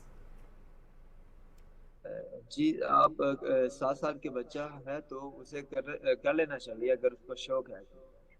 अगर शौक है तो वो कंटिन्यूसली जारी कर सकते हैं, क्योंकि आप देखें वेस्टर्न जितने भी हैं वो अपने बच्चों को डाल देते हैं 5-6 साल की उम्र में ही, और जब उनकी उम्र 18-19 साल होती है तो वो किसी ना किसी लीग में वर्ल्ड चैंपियन होते हैं। तो बिल्कुल। एक कंसिस्टेंटली लेके चलना चाहिए इस खेल को, क्योंकि वो कहते हैं कि कमजोर मोमेंट से ताकतवर मोमेंट अल्लाह ताला को पसंद है, तो ये खेल जरूर खेलना चाहिए। बिल्कुल अच्छा, बिल्कुल। रिजवान, कितनी ताकत मिलती है, हौसला कितना आता है, कॉन्फिडेंस कितना आता है? क्योंकि हम देखते हैं कि सेल्फ डिफेंस के लिए भी कराटे को कहा जाता है, फिर ख़ासतौर पर लड़कियों को इसके लिए, अपने सेल्फ डिफेंस के लिए ये सीखना ज़रूरी है, तो किस लेवल से आपको लगता है कि ये हर एजुकेशन में शामिल होना चाहिए, या फिर ये कॉन्फिडेंस में इजाफा करता है? आपकी अपनी पर्सनल लर्निंग क्या है, एक्सपीरियंस क्या है आपका? जी, ये कॉन्फिडेंस में भी काफ़ी इजाफा करता है, और मैं समझता हूँ कि हर स्कूल में एक स्पेशली क्लास होनी चाहिए, इवन की यूनिवर्सिटी में भी। बिल्कुल बिल्कुल सही। बिल्कुल। रिजवान, एट द एंड कोई पैगाम देना चाहेंगे जो व्यूअर्स हैं, जो आपके फैंस हैं उनको? फैन के लिए बस यही कहूंगा कि कोई भी अपने आप को देखें, अपने आप को बचाने, कोई भी आप अंदर एक स्पेशलिटी है उसे बचाने, उसे लेके चलने, और अल्लाह पे भरोसा रखें, इंशाल्लाह आप एक दिन कामयाब हो जाएंगे। ज़बरदस्त, रब ज़बरदस्त, बहुत अच्छा पैगाम है कि आप अपने टैलेंट को पहचानें और फिर उसी को लेकर चले। बहुत शुक्रिया रिजवान अली, रिजवान द हैदर, हमारी जानिब से आपको एक दफ़ा फिर बहुत बहुत मुबारक हो। और हम जो बात करते हैं कि हम बहुत सारी चीज़ें ऐसी हैं जो हमारी ज़िंदगी का हिस्सा होती हैं, लेकिन हम उनको पहचान नहीं पाते। कोई हमें बता रहा होता है कि ये टैलेंट मौजूद है, लेकिन हमें शायद खुद पे यकीन नहीं होता। बिल्कुल, जनाब खुद पे यकीन करें, मेहनत करें, और कहते हैं do your best and God will do the rest. तो अपना बेस्ट दे, आगे जो अल्लाह ताला ने आपके लिए लिखा है वो आपकी सोच से ज़्यादा ही खूबसूरत होता है। अब वक्त हुआ न्यूज़ ब्रेक का, न्यूज़ ब्रेक की जाने बढ़ते हैं। जी, न्यूज़ ब्रेक के बाद वापस आएंगे।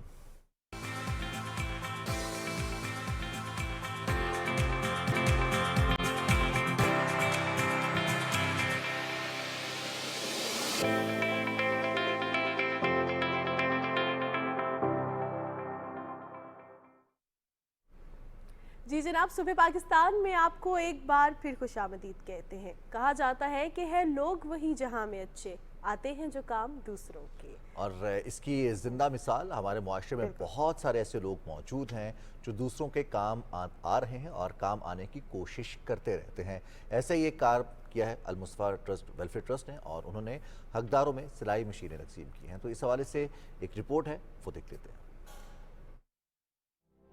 मखलूक से भलाई, खालिक तक रसाई का नारा लिए अवामी खिदमत में मसरूफ़ अमल अल-मुस्तफ़ा वेलफेयर ट्रस्ट का एक इंतहाई मुस्बत कदम, जिसमें मुस्तहिक ख़वातीन को खुद कफील बनाने के लिए 100 सिलाई मशीनों की तकसीम की गई। तकरीब को इंतहाई मुनज़्ज़म और बावकार तरीके से मुनक़्क़िद किया गया, जिसमें पाकिस्तान टेलीविजन न्यूज़ को खुसूसी पैगाम देते हुए मुंतज़िमीन का कहना था कि अल-मुस्तफ़ा की टीम खिदमत में अजमत तलाश करने पर यकीन रखती है। हमारा स्लोगन है कि मखलूक से भलाई, खालिक तक रसाई, और अल-मुस्तफ़ा पाकिस्तान का ये अज़्म है कि हम इंशाअल्लाह अपने मुआशरे में महरूमियों का और मायूसियों का ख़त्मा करेंगे, इंसानियत के दर्द बांटेंगे। हमने बहुत वर्किंग करके इन ख़वातीन को मुख्तलिफ शोबा है ज़िंदगी से तलाश किया। इसी तरह से आप देखेंगे कि यहाँ पर लोगों के घरों में काम करने वाली ख़वातीन हैं, या बाज़ जगहों पर बहुत जो है ऐसी ख़वातीन हैं जो बहुत छोटे मोटे काम करती हैं, या ऐसी ख़वातीन भी हैं जिनको करने के लिए मजदूरी नहीं मिलती। सिलाई मशीनें हासिल करने वाली मुस्तहिक ख़वातीन ने इस नेकी के अमल को खूब सराहा और अपने अपने अल्फाज में खिराज अकीदत पेश किया। आज ये अल-मुस्तफ़ा ट्रस्ट की तरफ से जोन सा स्विंग मशीन डिस्ट्रीब्यूशन की जोन सा है वो प्रोग्राम हो रहा है। वी आर वेरी हैप्पी कि हमारे बहुत ज़्यादा फाइनेंशियल इश्यूज़ इससे बहुत ज़्यादा हल हो सकते हैं। We are very thankful to Al Mustafa trust. बच्चों के लिए, अपने के लिए रोज़गार मतलब कि चलाने के भी काम आ सकती है। इसमें हम घर बैठे सिलाई कर सकते हैं, और बच्ची को वैसे जहेज़ में भी चाहें तो बच्चे के काम आ सकती हैं। मुस्तहिक ख़वातीन में सिलाई मशीनें तकसीम करने का बुनियादी मकसद ये है कि वो अपने हुनर को उजागर करते हुए ख़ुद को मुआशरे का बेहतरीन फ़र्द साबित कर सकें। अल-मुस्तफ़ा वेलफेयर ट्रस्ट ने यह कार्य अजीम सर अंजाम देकर आज ये साबित किया, अपने लिए तो जीते हैं सभी इस जहां में, है ज़िंदगी का मकसद औरों के काम आना। जी जनाब, अल-मुस्तफ़ा वेलफेयर ट्रस्ट के हवाले से काजी इमदाद की आप रिपोर्ट देख रहे थे। अब प्रोग्राम का सिलसिला आगे बढ़ाते हैं, और इस बार एक मसला आजकल बड़ा ज़ेर बहस आता है, और हम देखते हैं कि सैलून्स में भी जो है उस पर बात की जाती है कि रंग गोरा करना है, बाहर जा रहे हैं धूप में तो रंग काला हो जाएगा। अब रंग गोरा और रंग काला हो जाएगा, इसका कितना इंसान को डर होता है। और फिर मैं अक्सर लोगों से ये सवाल पूछता हूँ कि क्या गोरा रंग आपके सीवी में मेंशन होता है, आपके एक्सपीरियंस में मेंशन होता है, कहाँ मेंशन होता है? इतनी ज़्यादा इसकी फिक्र की जाती है। और इसकी फिक्र के साथ साथ हम क्या करते हैं, नेम एंड शेम भी करते हैं उन लोगों को जिनका थोड़ा सा कॉम्प्लेक्शन डार्क होता है। ये तो यहाँ पे आ जाता है हमारा बहुत ज़्यादा, जो देखा जाए तो हमारी तंग नज़री भी इसको आप कह सकते हैं, हमारे बाशऊर ना होने की अलामत भी है। लेकिन इसके साथ साथ जो लोग बाय चॉइस रंग गोरा करना चाहते हैं वो इसके कॉन्सिक्वेंसेस नहीं देखते, और किसी भी तरीके से, चाहे वो इंजेक्शंस के थ्रू हो, चाहे टैबलेट्स के थ्रू हो, या चाहे हम जो पॉलिशिंग कराते हैं फेशियल्स के थ्रू हो, रंग गोरा करना चाहते हैं। अब रंग गोरा करना तो इंजेक्शंस भी आ गए हैं, और इंजेक्शंस के ज़रिए कोशिश की जाती है कि आप चंद दिनों में ही गोरे हो जाए और फिर उसके बाद आपकी पर्सनैलिटी चेंज हो जाए।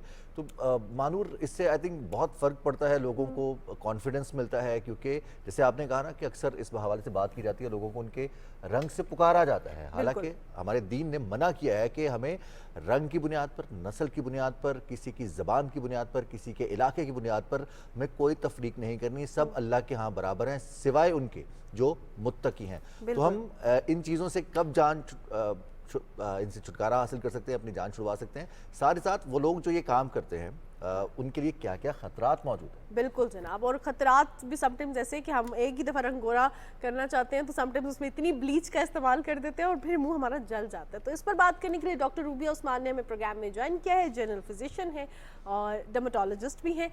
सो welcome to the show doctor Rubia. Thank you Manu, thank you for having me as always. Doctor Rubia, ये बताइएगा कि बेसिकली जो रंग गोरा करने के तरीकाकार हैं, डिफरेंट तरीकाकार हैं, क्या वो नुकसानदेह साबित हो सकते हैं? Just before I answer that, मैंने एक बात और भी करी लिए जो आपने जैसे मेंशन किया कि क्या सीवी में लिखा होता है कि आप गोरे हैं कि काले हैं. So believe it or not, इस पे स्टडी हुई है actually, and it has been found out that people who are fair complexion, यानी कि जो लोग गोरे होते हैं या जो लोग अट्रैक्टिव लुकिंग होते हैं, उनको जॉब ज़्यादा आसानी से मिलती हैं, उनके इंटरव्यू ज़्यादा आसानी से एक्सेल किए जाते हैं और उनकी करियर प्रोग्रेशन ज़्यादा आसानी से होती है. अब it's not exclusive to being गोरा, it's basically looking pleasant I suppose. आप उसको इस तरह कर सकते हैं कि जो लोग प्लेजेंट देखने में लगते हैं या गुड लुकिंग कहलाते हैं, उनके साथ ये सक्सेस स्टोरीज बेहतर होती हैं. It was very sad when I read that because it almost sounded like that you have to look good to survive in this world. तो सच्ची बात जो है वो ये है, जो कड़वी भी है और बुरी भी लगती है. तो फिर तो ये बाशऊर लोग कर रहे हैं जो जॉब पे रखते लोग. Exactly. और ये हम लोग समझते हैं कि सिर्फ हमारा प्रॉब्लम है साउथ ईस्ट एशिया में, but actually there is a Korean saying, और कोरियन सेइंग ये है कि fair skin is enough to hide 7 flaws, यानी कि गोरा रंग जो है किसी की 7 बुराइयां छुपा सकता है. और ये उनकी बहुत पुरानी एक कहावत है जो जिसमें ये कहा जाता है. और ये हमारा डीप रूटेड कल्चर है जो अभी या कोई कुछ साल पुराना या 100 ईयर ओल्ड नहीं है. This is actually thousands of years old, believe it or not, because इसकी जब मैंने हिस्ट्री पढ़ी to come to your show, I was just doing some research. So this goes back to literally like 200-600 BC की बात कर रही हूँ मैं. यानी कि people have been using lead which is poison by the way, tin, people have been using mercury, people have been using things जिससे थोड़ा सा सिल्वरिश या वाइटिश ह्यू आता है, वो अपनी जल्द पे लगाते रहे हैं और सदियों से लगाते रहे हैं. और अभी भी जैसे आपने बोला मानू कि अभी भी कुछ केमिकल्स ऐसे पाए जाते हैं इन क्रीम्स में, इन ट्रीटमेंट प्लान्स में जिसमें ये हार्मफुल केमिकल्स होते हैं. तो आपकी स्किन जला भी सकते हैं, ये बात बिल्कुल सही है.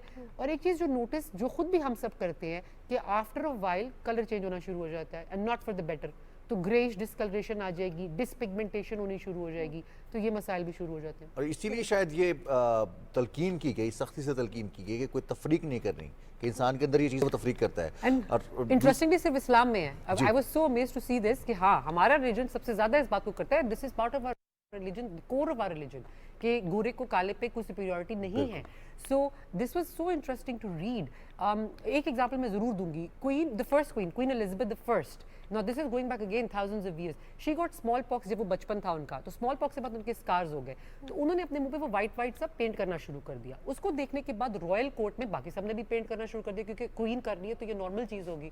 अब वो मलका बरतानिया पूरी दुनिया पे उस वक्त करती थी रूल, और उनको भी इनसिक्योरिटी थी अबाउट हर स्कार्स. तो ये चीज़ अंडरस्टैंड करना बहुत ज़रूरी है कि वाई हम ये क्यों सीख कर रहे हैं. ये बहुत इंपॉर्टेंट पॉइंट है कि why is a patient coming to me and asking me कि भाई डॉक्टर साहब मुझे तो हर हाल में गोरा होना है. मेरा पहला सवाल उनसे ये होता है कि क्या रीज़न क्या है, what's motivating you to do this. और एग्जैक्टली और जहाँ पे हम ये बात करते हैं कि इस्लाम ने इस चीज़ को क्लियर कर दिया है कि गोरे और काले में कोई तफरीक नहीं है, वहाँ पे ये भी अल्लाह पाक का इरशाद है कि अल्लाह ताला ने इंसान को बेहतरीन शक्ल सूरत में पैदा किया, यानी कि हर बंदा बेहतरीन है. लेकिन ये जो कल्चरल एस्पेक्ट्स हैं, जिस तरह आपने बात की जॉब्स के हवाले से, इस तरह हम देखते हैं कि गोरे रंग को स्टेटस सिंबल भी समझा जाता है. फिर हमारी बहुत सी जो सोशल मीडिया इन्फ्लुएंसर्स, जो हमारी बहुत टॉप की हीरोइंस, जब उनसे पूछा जाता था कि आपका रंग इतना गोरा है, तो कहती थी मैं बहुत पॉजिटिव हूँ. तो ये चीज़ कि जो आपकी है वो आपके चेहरे पे आ रही है. There's a very popular actress from India, and she said this. She was actually discarded, and she's a huge actress now, huge name, and she was actually rejected. उनको फिल्मों से कभी ऑफर नहीं आती थी कि काली है, सिंपल एज दैट. और वो काली भी नहीं थी. सबसे मजे की बात ये है, वो तो I wouldn't even call her सांवला to be honest. She was the same as all of us. जो हमारा सारा हमारी पूरी पट्टी का जो रंग है वही रंग था उनका भी, जो पूरा ये इंडियन सब कॉन्टिनेंट का कलर है. तो ये बात आपकी 100% सही है. एक और जो चीज़ जो बहुत ज़्यादा प्रोमिनेंट है वो ये है कि हमारा प्रॉब्लम पिगमेंटेशन है, जो प्रोबेबली वाइट कॉकेशियन लोग नहीं समझ सकते. उनके भी प्रॉब्लम्स हैं जिल्द के, उनके डिफरेंट जॉनर के प्रॉब्लम्स हैं, लेकिन हमारा problem is pigmentation. Asian skin always pigments. मैं अपने हर मरीज को ये बात समझा सकती हूँ. मेरे एक क्लिनिक में एक टेप ऑन होती है मारूफ में, आई किड यू नॉट, और उस टेप पे यही होता है बार बार कि अगर हम बर्न करेंगे, अगर आपको मच्छर काटेगा, अगर आपको कोई रिएक्शन होगा, कोई इन्फ्लेमेशन होगी, कोई इन्फेक्शन होगी, जब आप हील करेंगे तो आप पिगमेंट करेंगे. तो अब उसमें मसला ये आ जाता है कि अक्सर लोग हमें आके ये नहीं कहेंगे कि मैंने गोरा होना है, वो ये कहेंगे कि प्लीज ये दाग धब्बे खत्म कर दें. बिल्कुल. तो ये एक बड़ा कॉम्प्लेक्स कन्वर्सेशन है. डॉक्टर रूबिया, एक बड़ी इंटरेस्टिंग चीज़ है कि हम अपनी स्किन को लेकर बहुत ज़्यादा कॉन्शियस होते हैं. जो आपने कहा ना कि जो फेयर स्किन है उनको आसानी से सक्सेस स्टोरीज उनके साथ है, इस हवाले से भी चीज़ें मौजूद है कि सफाई निस्फ़ ईमान है. आप जिस भी स्किन कलर में हैं, अगर आप साफ़ सुथरे रहते हैं, ग्रेसफुल लगते हैं, लेकिन लोग बहुत ख़तरनाक चीज़ें मोल ले लेते हैं. सस्ती, आसान, घरेलू टोटके भी, और साथ साथ कुछ ऐसे केमिकल्स भी.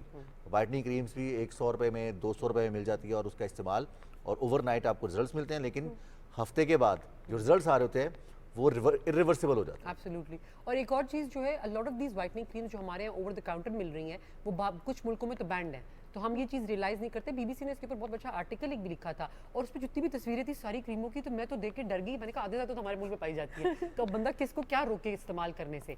लेकिन द फैक्ट इज़ कि छोटी सी बात करूँगी, मर्करी एक कॉमन इंग्रेडिएंट है जो ऑलमोस्ट हर वाइटनिंग क्रीम में डलता है। मर्करी इज़, जब एनिमल्स में स्टडीज़ हुई हैं, उनकी किडनीज बर्बाद हुई हैं उन एनिमल्स की, यानी माइस फॉर इंस्टेंस, उनके बाल गिरे हैं, उनकी किडनीज के, हाँ, liver toxicity. So these are the 3 main problems that were commonly seen. अच्छा, वो एक मसला अलग था। फिर मसला ये शुरू हो गया कि वो जो सारा हम नहा के सारा बहा रहे थे मरकरी पानी में, fish started dying. So in Africa there was a study done जिसमें उन्होंने ये देखा कि जो इतनी excessive amounts of whitening creams इस्तेमाल हो रही थी मरकरी कंटेनिंग, उनकी फिश मरनी शुरू हो गई। सो हम ये भी नहीं समझते कि we are not actually just damaging ourselves, वो हम सारी आबो हवा खराब कर रहे हैं। वो तो बहुत डीप बात है, आई सपोज बहुत मुश्किल से समझ आएगी किसी को। लेकिन अगर आपका लिवर खराब हो जाता है, अगर आपकी किडनीज खराब हो जाती हैं, अगर आपके बाल गिरने शुरू हो जाते हैं, how will that look attractive? Skin पे अप्लाई करने से भी हो जाता है। तो एब्जॉर्प्शन, थैंकफुली अल्हम्दुलिल्लाह luckily absorption from skin is minimal, तो कम से कम होती है। लेकिन in the studies that were done in mice it was harmful and it was absorbed. अच्छा, बेसिकली कुछ कहा जाता है ग्लूटाथोरिन या इस तरह के कुछ कैप्सूल्स होते हैं जो कि प्रोटीन है, या इस तरह की कुछ सेलिब्रिटीज़ कहते हैं कि खा सकते हैं, क्या ये मतलब हेल्दी होते हैं? बिकॉज उनका कहना ये है, वो उसको जस्टिफाई ऐसे करते हैं कि ये आपके लिवर को डिटॉक्स करता है, तो जब आपका लिवर डिटॉक्स होता है तो आपका कॉम्प्लेक्शन 1-2 स्टेप्स पीछे चला जाता है। Is it true? So basically glutathione was discovered by accident almost, और ज़्यादातर एस्थेटिक्स में चीज़ें इसी तरह डिस्कवर होती है। बोटॉक्स भी एक्सीडेंटली डिस्कवर हुआ था। तो ग्लूटाथायोन में ये स्टोरी है कि we gave it to people जिनका ग्लूटाथायोन लेवल कम होता था, तो उनको मिलता था। उसका एक साइड इफेक्ट था कि वो डिसपिगमेंटेशन कर रहा था, लोग गोरे हो रहे थे। So obviously it became really popular. अब जो एस्थेटिक चीज़ें होती हैं उनकी स्टडीज़ और उनकी जो रिसर्च है वो बहुत स्लो होती है, टाइम के साथ साथ होती है, और नीड एंड डिमांड बेसिस पे होती है। तो वाइल बोटॉक्स तो एफडीए ने अप्रूव कर दिया 1970s के करीब कहीं जाके, लेकिन ग्लूटाथायोन अभी तक नहीं अप्रूव हुआ। आई think the key message should be, it's not even आप यूज करें ना यूज करें। देखिए 2-3 बातें जो कॉमन है, इंग्रेडिएंट्स चेक करें। हर चीज जो मुंह पे लगा रहे हैं, खा रहे हैं, डाल रहे हैं कहीं पर भी, उसके इंग्रेडिएंट्स चेक करें। जिस चीज के पीछे यही नहीं लिखा हुआ कि उसके अंदर क्या है, तो how can you trust that? पहली बात। दूसरी बात ये कि अपने डॉक्टर से फ्रैंक कन्वर्सेशन करें। जैसे मैंने कहा कि मेरा पहला सवाल ये होता है व्हाई, और मरीज बड़ा परेशान हो जाते हैं कि ये पागल डॉक्टर आ गया है, why she asking me, why do I want this? आप अपना काम करें, अपनी फीस लें, हमें क्या? Thank you. लेकिन this is a very important question. फिर आप उनको लेके चलते हैं, हम उनकी काउंसलिंग करवाते हैं। Believe it or not, I have people that I have said I am really sorry, आप ये नहीं कर सकते, but see our psychotherapist instead. At the same time, there are some really sad stories. There are people जिनको post inflammatory इतनी pigmentation हुई हुई है कि उनकी skin इतनी distort हो गई है, बदनुमा लगती है, और वो खूबसूरती के लिए शायद ना भी करना चाहे क्योंकि वो covered parts में है, but चाहे जो भी हो, they want to look good and feel good. So it's not one size fits all. लेकिन सारी information देनी patient को लाजिम है। Being dermatologist, look good, और आपकी जो fresh looks हैं वो आपको glow देती हैं। इसके लिए हम इन चीज़ों के अलावा और नेचुरल वेज में क्या कर सकते हैं? Nobody wants to do it. अब मैं दोबारा बोलूँगी, और ये घिसा पिटा डायलॉग है। Exercise, 6 to 8 hours of sleep, drinking enough water. I think हमें पानी की बोतल यहाँ रखनी चाहिए थी। So the point that I tell everybody is कि एक फूल प्रूफ elixir of life है, फूल प्रूफ, जो कि स्टडीज़ ने भी प्रूव कर दिया है, हमने खुद देखा है। आप एक्सरसाइज करें, आप अच्छी ग़िज़ा लें, आप खुश रहें, और आप 6 से 8 घंटे नींद पूरी करें। लोग खुश रहने दें, तो फिर खुश रहना। फौरन से पहले कलर पे बात आ जाती है, आपकी स्किन कलर पे। और ये बहुत अनफॉर्चुनेट है, हमें लगता है कि सिर्फ रूरल एरियाज में, बल्कि अर्बन एरियाज में भी है, हर तरह के सोशल क्लास में भी है, और ख़ास तौर पे the most unfortunate situation is educational institutions में भी है। बच्चे एक दूसरे की बुलिंग कर रहे होते हैं क्योंकि घर में वो ये सब चीज़ें देखते हैं। मालूम सबसे मजे की बात ये है कि आई थॉट कि साउथ कॉकेज जो ये Chinese Korean people that belt, वो तो गोरे ऑलरेडी। तो मैंने जब ये स्टडी की सारी पढ़ने के लिए, तो I was so shock to know कि वहाँ पे कितने पॉपुलर हैं ये प्रोडक्ट्स। वहाँ पे ये whitening products actually a lot of them start from there, तो हमारे पास बाद में आते हैं, पहले it start from that belt. So I was so shock to hear this कि वो तो हमारे ख्याल में तो वो गोरे है, तो यानी कि हर बंदे का जो पैमाना जिससे वो अपने आप को मेजर करता है, अपनी खूबसूरती, वो डिस्टॉर्टेड है। अच्छा, और बेसिकली देखा जाए तो अगर हम लिटरेचर में भी देखें, गानों में भी देखें, अदब में भी देखें, जब शायरी की जाती है तो गोरी खवातीन पे की जाती है, सांवली सलोनी, फिर उसको ऑब्वियसली ये बहुत कम लोगों ने की, जैसे हमारे सिंगर्स ने किया सांवली सलोनी पे, लेकिन उससे पहले गोरे रंग का ज़माना। फिर एक और चीज़, जब हमारा लिटरेचर लिखा जाता है आजकल का टाइम और जब पुराना लिटरेचर, तो आप लैला मजनू की स्टोरीज देखें तो उसमें लैला का इस चीज़ पे तारीफ की गई कि द वे शी एक्ट, लेकिन आजकल की लैला की तारीफ इसलिए की जाएगी क्योंकि उसका रंग गोरा है। उसको नहीं एक्सेप्ट किया जाएगा कि उसके चिकन पॉक्स के निशान है, उसके कोई जो जल गई थी खाना बनाते हुए वो भी नहीं देखा ये जाएगा। चीजें भी बड़ी पढ़ी लिखी अगर मैं बात करूं तो मैं ये बताऊंगी कि this comes from colonialism, so we were ruled, so this is our problem, because we were ruled by white Caucasian population. We always saw them as a symbol of success and a symbol of power, जो कि studies ने भी prove किया है, और वो colonialism हमारे दिमाग में जो है वो इनग्रेन हो गई है। तो हम आज भी अगर कोई फॉरेनर आ जाए कहीं पर तो सारे इतने खुश हो जाते हैं, दुकानदार चीजें फ्री में देनी शुरू कर देते हैं। लेट्स फेस इट, तस्वीरें खिंचवाते हैं क्योंकि वो गोरे हैं। एब्सोल्युटली। तो it is attractive I suppose, as well as the fact कि हमारे लिए वो अनकॉमन चीज होती है तो हमें अच्छी लगती है। दूसरी चीज ये कि जो एक बड़ी मजे की स्टडी जो मुझे बहुत अच्छी लगी, कास्ट सिस्टम बहुत कॉमन था साउथ ईस्ट एशिया में। Brahmins were generally fair and were always in position of power, Dalits were always dark, there was never a fair Dalit born. तो दलित अगर कोई फेयर गलती से पैदा भी हो जाता था तो वो बेचारे की और जिंदगी वो जिंदगी और मुश्किल हो जाती थी। सो वो एक कास्ट सिस्टम हमारे यहाँ सैडली, क्योंकि कल्चरल नॉर्म्स, रिलीजियस नॉर्म्स अलग, ये अलग सारे फैसेट्स हैं, तो वो रिलीजन कह रहा है, क्लियरली कह रहा है कि कोई सुपीरियॉरिटी नहीं है गोरे को काले पे, काले गोरे पे, लेकिन कल्चर तो कुछ और कह रहा है। कल्चर में एक प्रॉब्लम जो सबसे बड़ा है, बहुत सेंसिटिव टॉपिक है ये वाला। बहुत सारी खवातीन जो कि अपना रंग गोरा करना चाहती हैं मजबूरन, क्यों? क्योंकि रिश्ते के हवाले से जब बात होती है सबसे पहले तस्वीर देखकर या मुलाकात करके सबसे पहले यही कहा जाता है। तो अब मजबूरी में ये डिप्रेशन की तरफ लेके जाता है खवातीन को। अगर इस बात की वजह से कोई रिजेक्शन होती है, और रिजेक्शन इंसान को वैसे ही बड़ा हर्ट करती है, उनके लिए क्या सोल्यूशन है?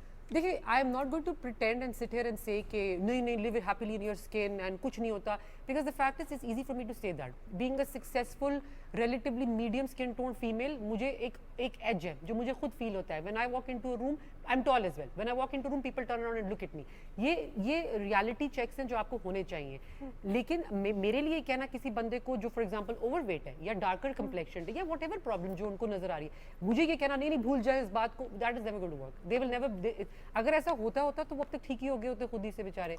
तो I listen to everybody, I treat each case individually, I tell them the pros and cons, I will tell them कौन सी चीज अप्रूव्ड है, कौन सी चीज अप्रूव नहीं है। For instance, very unpopular opinion and I can't believe I am saying this, a lot of गोरा करने के कैप्सूल्स जो है आपके बॉडी में जब आप स्वॉलो करते हैं तो स्टमक डिस्ट्रॉय कर देता है, तो वो तो आपकी स्किन पे कुछ उसका फायदा होता ही नहीं है। जो फायदा हो रहा है नुकसान होता है वो एग्जैक्टली, और वो प्लेसिबो इफेक्ट है। अगर आते हैं कुछ मरीज बहुत डेस्परेटली मुझे कहते हैं नहीं डॉक्टर साहब लिख के दे, और मैं भी मजबूरन कभी कभी बार बता के कोई फायदा नहीं होगा, कोई फायदा नहीं होगा, ट्राई कर ले, लेकिन दोस्त को फायदा हुआ था तो पहले भी खा रहे, वो एनेक्डोटल एविडेंस है कि जी फलाने को फायदा हुआ, as well as the fact कि मेरा ख्याल है गोरा करना एंड वजन कम करना दो चीजें हैं which will always be popular and will always cell.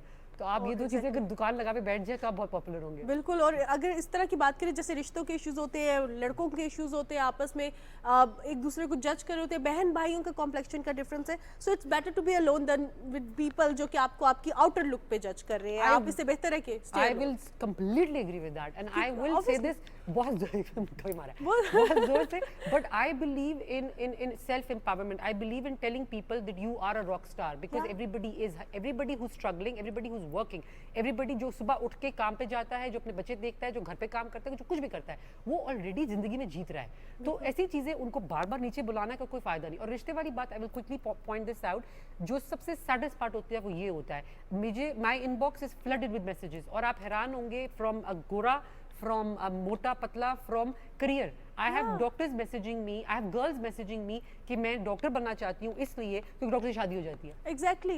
So या अगर गोरी लड़की हो, उसकी किसी ऐसे लड़के से शादी हो जिसका कॉम्प्लेक्शन डार्क है, तो लिखा जाता है इसकी क्या मजबूरी थी। The thing is that so true, काला शाह काला गाना। तो अब सोचिए कि the thing is that कि हमने लोगों को शायद उनकी इसी लुक की वजह से जज करना शुरू किया, दैट्स व्हाई हम अपनी जिंदगी में बहुत सतही लेवल पे रह गए, हम आगे बढ़ नहीं सके। मेंटली तौर पे हमने, फाइनेंशियली तौर पे आगे बढ़ गए हैं, सोशली हम नहीं बढ़ सके। हम अपने आप को शायद बाशऊर नहीं बना सके, तो ये इट्स वेरी इंपॉर्टेंट। लेकिन कुछ मसाइल ये भी होते हैं कि अगर मैं सैलून जा रही हूँ पेडिक्योर मैनिक्योर कराने, वो ये बात मानते ही नहीं है कि उन्होंने पॉलिशिंग नहीं करनी है। पॉलिशिंग इज़ ब्लीच एक बड़ा अच्छा उनका एक एक्सक्यूज़ होता है। वो कहते हैं इसमें हम पाउडर ज़्यादा डालेंगे तो ये ज़्यादा लगेगी नहीं, आपकी स्किन को हार्म नहीं करेगी, और वो विदाउट पॉलिशिंग करते नहीं है। तो क्या करना चाहिए? तो देखिए, I won't lie, I have had it done, तो मैं झूठ तो नहीं बोलूँगी कि मैं पार्लर जाके पेडिक्योर नॉन पॉलिश वाला कराऊंगी कभी। I might get it, I might not get it. The point is कि पहले आप उनसे पूछें कि भाई इसमें है क्या। पहली बात तो ये मैंने एक चीज़ नोटिस की, कोई बताता नहीं है। So half the time they don't tell me, मतलब मैं अब क्या किसी को बोल खुद सकती मालूम होगा तो बताएंगे। That's true as well, 100%। पता भी नहीं होगा उन्हें इसमें क्या है। दूसरी बात ये कि लकी होता ये है कि लकीली अल्लाह मियाँ की बड़ी देखना एक वो होती है, मेहरबानी होती है। So big chunk of us को कुछ नहीं होता problem. So there is a big chunk of population, 70% almost, say for example होगा जो बड़ा खुशी खुशी वो पॉलिश कराएगा, ब्लीच कराएगा, ट्रीटमेंट्स भी ले लेगा और कुछ नहीं होगा। 70 से प्रॉब्लम ज़्यादा ही होगा। There is a very small percentage जिसमें कोई नुकसान होता है, and there is an even smaller percentage जिनका बहुत हॉरिफिक नुकसान होता है। लेकिन स्टेटिस्टिक्स की एक मैं बात बड़ी इंपॉर्टेंट करूंगी, अगर 1% भी चांस हो किसी चीज का और आप उस 1% में हैं, आपका फेलियर रेट 100% था जी, तो आप फंस गए हैं। तो statistics are only useful in situations. I think the most important thing is risk benefit ratio. जो चीज जो भी करा रहे हैं, whether is a polish, whether is a bleach, whether is an IV, whether is a oral, आपका फायदा, is it worth it? अगर आपकी डेस्परेशन इतनी है और आपको लगता है कि आपके बेनिफिट्स आर मोर, फिर आप किसी भी चीज का रिस्क ले लेते हैं। हाँ, लेकिन अगर आपके रिस्क ज्यादा हैं तो then why do you want to do this? Don't. और इसमें जो सबसे ख़तरनाक चीज़ होती है, बहुत सारे लोग जब करवा लेते हैं और खुदा ना खास्ता नुकसान हो जाता है, तो करने वाले जो आपको ये सर्विसेज दे रहे हैं उनकी तरफ से सुनने को मिलता है आपकी स्किन का प्रॉब्लम है, ये आपका प्रॉब्लम है, हमारा प्रोडक्ट ठीक है, हमारी सर्विसेज ठीक है। One message for all junior doctors, for every human being as well. When you make a mistake, own it. सबसे पहली बात ये होती है, मैंने एक चीज़ रियलाइज़ की, मैंने भी ज़िंदगी में गलतियाँ की हैं। I still remember them on this hand. मुझे आज भी याद है किस किस सिचुएशन में मैंने गलत एरर किया था। The sooner you own it, the easier your life is. आपकी ज़िंदगी उसी वक्त आसान हो जाती है। और मैंने सबसे मज़े की बात ये देखी है, जब आप ऑनेस्ट होकर इस बात को कहते हैं कि हाँ जी मेरे से गलती हो गई है, तो प्रॉब्लम भी नहीं होता है। 9 times out of 10 वो चीज़ रिजॉल्व हो जाती है। और मुझे लिटरली मजाक के अलावा वो केसेस अपने एक हाथ पे याद है कि जिसमें मेरी तरफ से कोई गलती हुई, कोई गलत दवाई दे दी, कोई गलत क्रीम दे दी, कोई गलत प्रोसीजर कर दिया।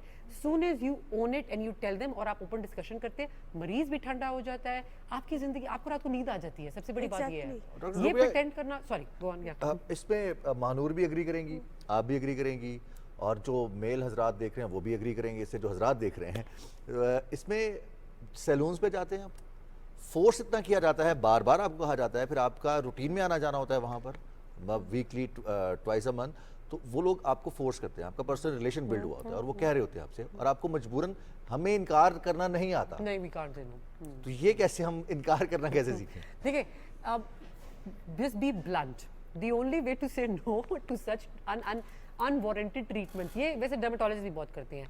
Unpopular opinion again, but what who cares, कह देते हैं, क्या फर्क पड़ता है, थोड़ी सी डांट ही पड़ेगी। देखिए, डर्मेटोलॉजिस्ट को बहुत आदत होती है, आप जाते हैं क्लिनिक में, वो सबसे पहले कहते हैं ये क्या हो गया, बहुत बुरी हालत है, पोर्स है, पिगमेंटेशन है, बाल भी गिर रहे हैं, ये भी गिर रहा है। इतना बड़ा एक नुस्खा आ जाता है, इतनी बड़ी एक रेट लिस्ट आ जाती है। रेट लिस्ट पे वो कह देते हैं ये 8 प्रोसीजर्स करा लें, ये 12 चीज़ें खा पी लें और लगा लें।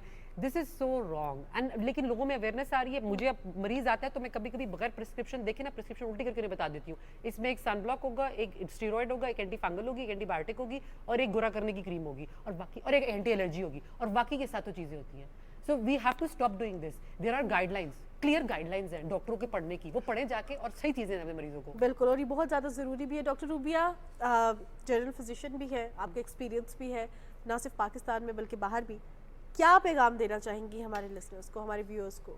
देखिए, अच्छी बात ये कि अब पीपल आर वेकिंग अप। मेरे पास भी जो मरीज आते हैं वो इतना खुश होते हैं कि you know lays a doctor जो टाइम लगा रहा है और बात समझा रहा है, rather than giving a big नुस्खा। आपके पास गूगल है, सबसे इंपॉर्टेंट चीज जो मैं बताऊंगी, when you are getting something done या someone has recommended something, go home, घर जाए, उसको डाइजेस्ट करें, उसको गूगल करें।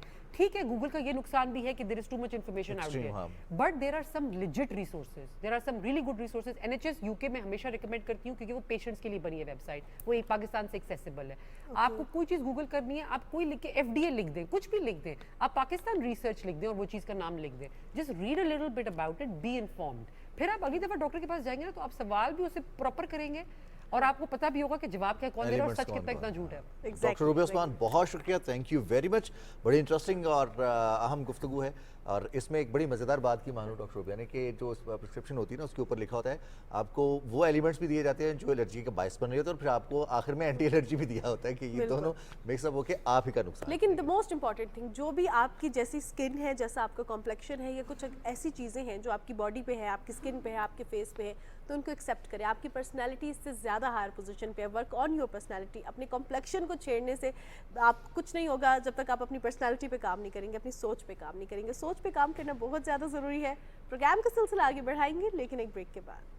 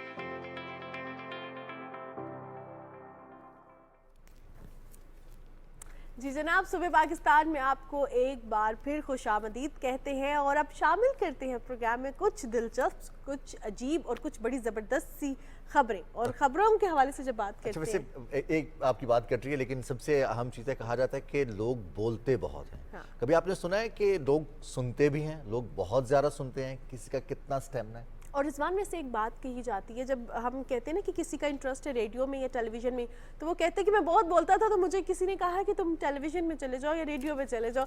तो ये भी लोगों को लगता है कि शायद जो बहुत बोलने वाले लोग होते हैं वो स्क्रीन पे आते हैं। लेकिन एक ऐसी सोशल मीडिया इन्फ्लुएंसर, नाइजीरिया से उनका ताल्लुक है, जिन्होंने बहुत बोला, इतना बोला कि आलमी रिकॉर्ड कायम कर दिया, और इंटरव्यू किया। इंटरव्यू 5 घंटे का, 6 घंटे का या 7 घंटे का, जो हम देखते हैं इलेक्शन की मैराथन ट्रांसमिशंस होती हैं तो 12-12 घंटे की भी होती हैं। लेकिन ये एक ऐसा इंटरव्यू था जो कि 55 आवर्स और 24 सेकंड तक जारी रहा, और ये मैराथन इंटरव्यू है। और ये रिकॉर्ड जो है वो 2022 में अमेरिका के रॉब ओलिवर के पास था। उन्होंने 37 घंटे और 44 मिनट का इंटरव्यू किया था। अब इंटरव्यू में होता यह है कि आप सवाल पूछते हैं और फिर आप उन सवालों के जवाब सुनते हैं ताकि आपको मालूम हो सके जो आप सवाल कर रहे हैं उसका जवाब। अब इसमें भी लिसनिंग रेशो ज़्यादा है और जो बोलने की रेशो है वो बहुत कम है। अब 90 अफराद के इंटरव्यूज़ किए गए हैं, मुख्तलिफ जो कौमियतें हैं उन हवाले से, एथनिसिटीज़ हैं लोगों की, मुख्तलिफ इलाकों से उनका ताल्लुक है। अब इसमें कारोबारी लोग भी शामिल थे और इसके साथ साथ बहुत सारे ऐसे लोग जो ज़ाती हैसियत में बहुत सारी चीज़ों में अपना माइलस्टोन हासिल कर चुके हैं, उनके इंटरव्यूज़ भी शामिल थे। तो अब इन सब को मिलाकर जो ये नाइजीरियन खातून है उन्होंने अपने लिए एक माइलस्टोन अचीव किया। अच्छा, लेकिन जो हम देख रहे थे कि अभी स्क्रीन पर दिखाया गया है कि जब वो इंटरव्यू कर रही थी तो थोड़ी देर में वो उठी, उन्होंने अपनी टांगे भी यूं की, क्योंकि हम भी अक्सर जब लंबी ट्रांसमिशन में बैठे होते हैं तो हमारे भी पाँव सो जाते हैं, ब्रेक आता है, तो वो साथ साथ इंटरव्यू कर रही थी। क्योंकि इसमें ब्रेक नहीं था तो वो साथ में थोड़ा सा एक्सरसाइज भी कर रही थी, उठ भी रही थी ताकि जो है, और रिलैक्स भी अपने आप को रख रही थी। तो it's something really important to discuss कि 55 आवर्स की ट्रांसमिशन करना लाइक पूरे 2 दिन से ज़्यादा का है। तो ये बड़ी एक दिलचस्प और अजीब बात है। लेकिन रिजवान, जिस तरह हम ज़्यादा बोलने के हवाले से बात करते हैं, इसी तरह होती है कि बड़ा कोई चुस्त होता है, बड़ा फुर्तीला होता है और बड़े काम करता है और जल्दी जल्दी करता है। कभी आपने कोई ऐसा मुर्गा देखा है? क्यों नहीं देखा, बल्कि हम तो कोशिश करते थे ऐसे मुर्गे पकड़ने की, लेकिन वो हाथ नहीं आते थे और पूरा पूरा दिन मुकाबला जारी रहता है। लेकिन उन मुर्गों से भी ज़्यादा चुस्त मुर्गा है जिसे पूरी दुनिया में सबसे चुस्त मुर्गे का एजाज़ दिया गया है और ये जो चुस्त तरीन मुर्गे का एजाज़ है ये तेज़ रफ्तारी से अपने जितने भी टास्क उसको दिए जाते हैं वो मुकम्मल करता है। अब ये देखिए ये वाले जो टास्क हैं ये हम देखते हैं मुख्तलिफ गेम्स होती हैं और इसको बाकायदा ट्रेन किया गया है और वो उसको फॉलो कर रहे हैं इंस्ट्रक्शंस को। बिल्कुल जनाब, और ये चुस्त मुर्गा है और आप देखें कि ऐसे इधर उधर नहीं भाग रहा बल्कि अपने टास्क पे सही फोकस्ड है और इसने अपने टास्क जो गिवन टाइम था उसमें पूरे किए हैं और पूरा करके Guinness book of world record में इसने अपना नाम भी दर्ज करा दिया बचपन है। में तो बड़ा ज़बरदस्त खेल होता रहा ये वाला कि आपने मुर्गे को पकड़ना है और उसके लिए जो उसकी रफ्तार है कभी ये फ्लाई करता है, कभी ये एक दीवार से दूसरी दीवार पर और समटाइम्स हम देखते हैं हम दरख्तों की शाखों तक पहुंच जाते हैं और फिर हाथ भी नहीं आते हैं। बहुत सारे लोगों की बड़ी अच्छी खासी दुर्गत बन जाती है। चलिए अब कुछ व्हाट्सएप की बात कर लेते हैं। ये ऐसा फीचर है, ये ऐसा सोशल मीडिया का प्लेटफॉर्म है जो कि अब कम्युनिकेशन का सबसे बड़ा ज़रिया बन चुका है। अब व्हाट्सएप इस पर मजीद काम भी कर रहा है और जो मेटा कंपनी है उनकी जानिब से नए नए फीचर्स मुतारिफ करवाए जा रहे हैं। बिल्कुल जनाब, और होता ये था कि अगर हमने किसी को डायल करना होता था नंबर, उसका व्हाट्सएप पे कॉल करनी होती थी तो पहले क्या करते थे हम कि पहले उनका नंबर सेव करते थे, फिर व्हाट्सएप के ज़रिए जो है हम कॉल करते थे। इस तरह हमें ये ख़तरा भी होता था कि जो हमारी पिक्चर है वो देख लेंगे, हमारा स्टेटस देख लेंगे, हमारी स्टोरी देख लेंगे और कॉल करने के बाद हमें उनको फिर ब्लॉक करना पड़ता था या उनका नंबर डिलीट करना पड़ता था। लेकिन अब व्हाट्सएप का नया फीचर ये है कि व्हाट्सएप के ज़रिए आप डायरेक्टली डायल कर सकते हैं। डायलर फीचर व्हाट्सएप ने मुतारिफ कराया और ज़बरदस्त फीचर है। अभी इस पर काम जारी है और इस फीचर के हवाले से बहुत सारे खदशात का इजहार किया गया है। जो ऐसी तनकीदी ऑर्गेनाइजेशंस हैं, तनकीदी मवाद लिखा जाता है कि व्हाट्सएप अगर इसको करेगा तो कैसे करेगा, क्योंकि अभी तक इसको एक्सपीरियंस नहीं किया गया। लेकिन व्हाट्सएप की पूरी टीम इस पर काम कर रही है। तो यकीनी तौर पर अभी उन्होंने इसको क्लैरिफाई नहीं किया कि ये किस तरह से काम करेगा। अगर वो क्लैरिफाई कर देंगे तो बाकी एप्लीकेशंस फ़ौरन से पहले लॉगरिथम लगा देंगी और ये जो टेक्नोलॉजी है उसको इस्तेमाल कर लेंगी। लिहाजा व्हाट्सएप इस पर काम करे और बहुत जल्द ये फीचर बहुत सारे लोग जो कि एंड्रॉयड मोबाइल यूज़र्स हैं उनके लिए दस्तयाब होगा। अब हमें आगे बढ़ना है और जहां हम आगे बढ़ने के हवाले से बात करते हैं तो वहां पे हम देखते हैं, चाहे हम चुस्त मुर्गे के हवाले से बात करें या चुस्त इंसान के हवाले से बात करें, दोनों बहुत ज़्यादा ज़रूरी है। इंसान का चुस्त होना इसलिए ज़रूरी है क्योंकि ये ना सिर्फ उसकी फिजिकल बल्कि मेंटल हेल्थ पर भी बहुत असरअंदाज होता है। रिजवान, मेरा मजाक उड़ाए। नहीं, मैं एक आपका नहीं बल्कि एक चीज़ है कि हम जब भी किसी चीज़ के हवाले से कुछ भी जिक्र करते हैं, अल्लाह ताला ने हमारी प्रोग्रामिंग ऐसी की है कि हमारे जहन में कुछ ना कुछ इमेजेस फ़ौरन आ जाते हैं। जब हम चुस्त इंसान की बात करते हैं तो हमारे ही बहुत सारे ऐसे अहबाब हैं जो या फिर सिबलिंग्स में, बहन भाइयों में जो कि जहन में आ जाता है कि कौन चुस्त तरीन है, क्या हम चुस्त हैं या वो चुस्त है। तो आप चुस्त होना कैसे है, क्योंकि अब हम देखते हैं कि समटाइम्स रिजवान एक्सरसाइज के हवाले से हम बात करते हैं, लेकिन रॉक क्लाइंबिंग ये लगता है कि बड़ा जान जोखों में डालने वाला काम है, क्योंकि जब ऊपर चढ़ के थोड़ा सा पीछे मुड़ के देखते हैं तो डर भी लग जाता है। अब ये कितना ज़रूरी है, बोन्स को कैसे स्ट्रॉन्ग करता है, आपको फिजिकली कितना फिट रखता है, उस पर बात करेंगे। और इस पर बात करने के लिए आज हमारे साथ प्रोग्राम में गोल्ड मेडलिस्ट साजिद असलम मौजूद हैं और पाकिस्तान में 550 से ज़ायद इन्होंने रॉक क्लाइंबिंग के तरबियती सेशंस का एहतमाम भी किया है। सो सबसे पहले तो आपको वेलकम कहते शो में। कैसे हैं आप? अल्लाह के शुक्र मैं ठीक हूँ। तो सबसे पहला सवाल, रॉक क्लाइंबिंग ये शौक कहाँ से आ गया? रॉक क्लाइंबिंग का शौक तो मुझे बचपन से इस तरह के काम जो जिसे आप कह सकते हैं कि जो पुट्ठे काम है, जिसे आम आप उर्फ़े आम में पुट्ठे काम कहा जाता है, जिसे हमारे बुजुर्ग कहते हैं। जी, बुजुर्गों की नज़र में इसको पुट्ठे काम कहा जाता है। तो ये बचपन से इस तरह के काम एडवेंचर के काम होते हैं, मैं बचपन से करता आया हूँ। तो जब एक प्रॉपर एक मौका मिला तो इसको मैंने एज अ प्रोफेशन फिर ज्वाइन किया। तो रॉक क्लाइंबिंग के आपने जो 550 से ज़्यादा सेशंस करवाए हैं, आपने ख़ुद भी ट्रेनिंग ली इसकी बाकायदा? जी, मैंने खुद भी ट्रेनिंग ली है। स्टार्ट में मैंने जब यूनिवर्सिटी लेवल पे पहुंचा तो वहाँ मैं इसकी ट्रेनिंग ली है, फिर यूनिवर्सिटी की तरफ से, HEC की तरफ से ली है, फिर पाकिस्तान की तरफ से मैं इंटरनेशनल खेला हूँ, इंटरनेशनल कॉम्पिटिशन्स में गया और इंटरनेशनल ट्रेनिंग्स भी ली हैं मैंने इसकी। ज़बरदस्त। तो ये बताइएगा कि स्टार्ट कहाँ से किया? वो जो बच्चे होते हैं हर चीज़ पे चढ़ जाते हैं, ग्रिल पे चढ़ जाते हैं, वहाँ से बचपन से शौक पड़ा या नॉर्दर्न एरियाज़ में रहते थे? बेसिकली मैं कश्मीर से हूँ, हजीरा से हूँ। तो वहाँ हम जब नहाने के लिए जाते थे, वो एक नदी है पानी की वहाँ से गुजर रही है, तो उसमें एक तरह से डीप वाटर सोलिंग करते थे हम लोग। मतलब एक पहाड़ पर चढ़ के तो डीप वाटर में हम छलांग मारा करते। तो वो वहाँ से मुझे क्लाइंबिंग का शौक़ एक तरह से पैदा हुआ था बचपन से। तो वो करते करते अब एक प्रॉपर क्लाइंबिंग, रॉक क्लाइंबिंग की सूरत में अब आजकल वो हो रहा है। ज़बरदस्त। तो ये बड़ा मुश्किल काम है। हम देखते हैं कि अक्सर को बहमा जो है उनके लिए भी ये ज़रूरी है कि उनको आइडिया हो कि अगर कोई रॉक है तो आपने उसको ख़ास तौर पर जब एंगल रिवर्स हो जाता है या थोड़ी सी स्टीप आ जाती है तो आप कैसे उसको पार कर रहे हैं, तो इसके लिए क्या ज़रूरी है? मेंटल स्ट्रेंथ ज़्यादा ज़रूरी है, मसल स्ट्रेंथ ज़्यादा ज़रूरी है? इसमें सबसे पहली जो मेन चीज़ होती है वो मेंटल स्ट्रेंथ होती है आपकी, क्योंकि जब जिस एंगल की आप बात कर रहे हैं कि ओवरहैंग स्टार्ट हो जाता है, जहाँ आप बिल्कुल पीछे आ जाते हैं, तो वहाँ पे एक तो फियर ऑफ फॉल आ जाता है आपके पास कि जब आप हाइट पे जाते हैं इसमें 2-3 तरह की चीज़ें आ जाती हैं। हाइट का फियर आता है और फॉल का फियर आता है। तो इसके साथ आप जब मेंटल इसमें थोड़ा आप हौसले के साथ उस चीज़ को कवर करते हैं, फिर स्ट्रेंथ, फिज़िकल स्ट्रेंथ भी बहुत इंपॉर्टेंट होती है, लेकिन मेंटल सबसे ज़रूरी है कि आप स्टेप उठाते हैं। अगर आप मेंटली स्ट्रांग हो गए तो आप उस चीज़ को आगे लेके जाएंगे। बिल्कुल। तो मुझे ये तरबियती सेशन के हवाले से बताइएगा, कब आपने जो है पहला सेशन स्टार्ट किया और उसके बाद से 500 से ज़ायद किए हैं? किस एज ग्रुप के बच्चे या बड़े आपके साथ होते हैं? कितना आपके पास टीम होती है? जी, स्टार्ट तो मैंने जब यूनिवर्सिटी लेवल पे था तो मैं यूनिवर्सिटी टीम का कोच भी था और जब कैप्टन भी, कोच भी एक तरह से आप कह सकते, क्योंकि मैं ही टीम को सिलेक्ट कर रहा था, खिला रहा था। अपने जो स्पोर्ट्स के डायरेक्टर थे उन्होंने मुझे सब ऑथोराइज़ किया हुआ था कि आप खुद सेलेक्ट करें, तो उस वजह से कोचिंग वहाँ से ही स्टार्ट हो गई थी। जब मैंने स्टार्ट किया था थोड़े अरसे में ही मैं कोचिंग भी कर रहा था, तो उसके साथ साथ मैंने ट्रेनिंग सेशन स्टार्ट किए थे। तो ये प्लेटफॉर्म जो 2014 में मैंने स्टार्ट किया था, जब से मैं काउंट कर रहा हूँ, उससे पहले भी कर रहा था, लेकिन इस प्लेटफॉर्म से 2014 में स्टार्ट किया था।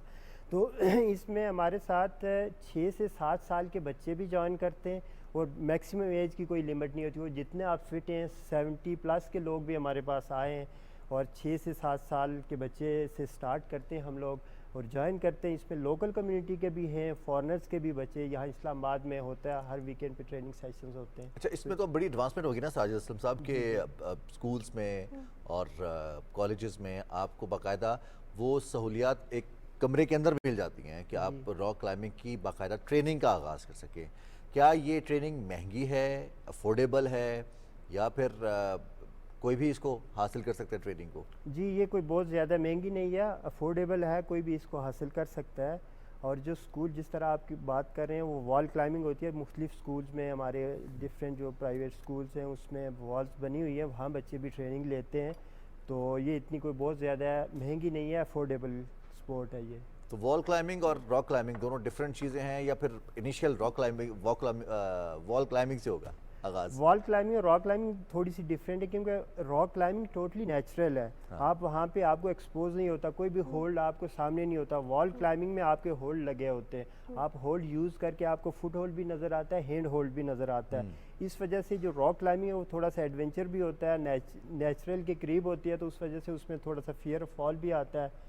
तो फ़र्क बस यही है कि वो नेचुरल है, ये आर्टिफिशियल होती है। अच्छा साजिद, इस्लामाबाद में कहाँ पे करते हैं रॉक क्लाइंबिंग, और इसके साथ साथ जो लोग स्टार्ट करना चाहते हैं, तो आपने कहा फियर ऑफ फॉल है, थोड़ा डर भी होता है, तो क्या उसकी सेफ्टी मेजर्स क्या लिए जाते हैं? जी, इस्लामाबाद में मार्गला हिल्स में 20 से ज़्यादा जगह जहाँ पे बिगनर से लेके एडवांस लेवल की क्लाइंबिंग करवाई जाती है। और अप्रूव जगह है वो? जी, ये मार्गला जो CDA की वेबसाइट है वहाँ पे भी वो डॉक्यूमेंट्स जो क्लाइंबिंग कम्युनिटी ने उसको प्रिपेयर किया था, साइट्स को प्रॉपर बनाया था, वो वहाँ पे भी मेंशन है। तो ये नेशनल पार्क में वो एक्टिविटीज़ की जगह जो बनी हुई है। तो इसमें सेफ्टी इक्विपमेंट जो यूज़ किया जाता है उसमें जिस तरह आपने फियर ऑफ फॉल की बात की, तो रॉक क्लाइंबिंग में ये एक रिस्क भी होता है इसमें, तो इस वजह से इसमें सेफ्टी मेजर्स काफ़ी लिए जाते हैं। रोप का इस्तेमाल किया जाता है, जब आप क्लाइंब करते हैं तो आपके साथ रोप लगी होती है, रोप के साथ आपका हार्नेस होता है, फिर हेलमेट आप यूज़ करते हैं। तो ये जितना भी, जिस तरह मैंने आपके बताया कि ये 6-7 साल के बच्चे या बड़े लोग क्लाइंब करते हैं तो वो प्रॉपर सेफ्टी के साथ क्लाइंब करते हैं। तो अल्लाह का शुक्र है जो नंबर आपने बताए इसमें आज तक कोई इस तरह का वाक़या नहीं हुआ कि किसी हमारे किसी भी पार्टिसिपेंट के साथ। साजिद साहब, बहुत सारे लोगों को डर लगता है, वो जैसे ही पानी की तरफ देखते हैं तो उन्हें डर लगता है, या बुलंदी पर जाते हैं तो उन्हें डर लगता है। अब हाइट की वजह से उन्हें एक फोबिया होता है। जी, ये हेल्पफुल है उन लोगों के लिए भी कि उनका फोबिया ख़त्म हो सके, ख़त्म नहीं होता तो कुछ कम हो जाए? जी बिल्कुल, ये हर बंदे के साथ, मैंने भी जब स्टार्ट की थी तो हाइट पे जाके मुझे भी लगा था कि मैं बहुत ही ऊंची बिल्डिंग पे या किसी ऊंची चट्टान पे चढ़ गया हूँ।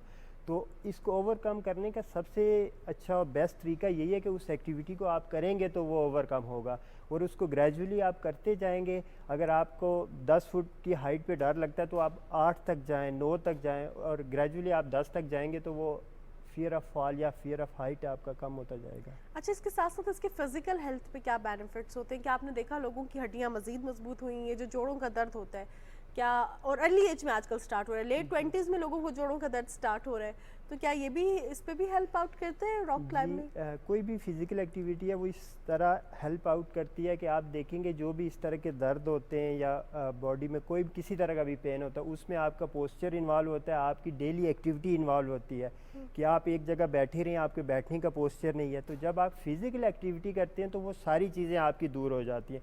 तो उस तरह ये चीज़ आपको हेल्पफुल रहती है, और ये एक ऐसी एक्टिविटी है जिसमें आपकी फुल बॉडी इन्वॉल्व होती है, आपकी स्ट्रेचिंग होती है, आपकी अपर बॉडी के मसल इस्तेमाल करते हैं, लेग्स के मसल इस्तेमाल होते हैं। तो ये एक स्ट्रेंथ ट्रेनिंग और प्रॉपर बॉडी वर्कआउट भी है। ऑन अ लाइटर नोट कि अगर आप ये महसूस करना चाहते हैं कि आप धरती पे कितना बोझ है आपका, तो आप रॉक क्लाइंबिंग करें, आपको पता चल जाएगा कि आप कितने भारी हैं, भार्गव हैं, या फिर आप किसी और के लिए बोझ है। अच्छा, इसमें एक और चीज़ साजिद असलम साहब कि हम बहुत सारे अपने कम्युनिटी लेवल पर इंटरेक्शंस होते हैं, सोशल मीडिया फिर एडवांस्ड टेक्नोलॉजी की वजह से ये सोशल इंटरेक्शंस, सोशल एक्टिविटीज़ बहुत कम हो गई। जी जी।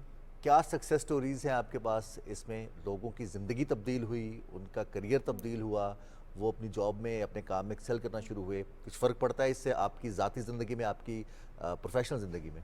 जी बिल्कुल फ़र्क पड़ता है। एक तो सबसे बड़ी बात है कि मैंने जो अपनी इस चीज़ में पैशन आपके पास जो लेके चले हैं, तो इसमें आपके पास जब आप ये एक्टिविटी करते हैं सब्र आता है, आप सीखते हैं लाइफ में कोई मुश्किल आए तो उसको कैसे हैंडल करता है, विल पावर आपकी इंक्रीज़ होती है, और जब भी आप क्राइसिस में आते हैं तो उसके निकलने का आप ठंडे दिमाग से सोचते हैं, क्योंकि जब आप क्लाइंब कर रहे होते हैं तो आपको फॉल का डर होता है, तो वहाँ आप बड़े हौसले से, बड़े सब्र के साथ, तहम्मुल के साथ इस चीज़ को लेके चलते हैं।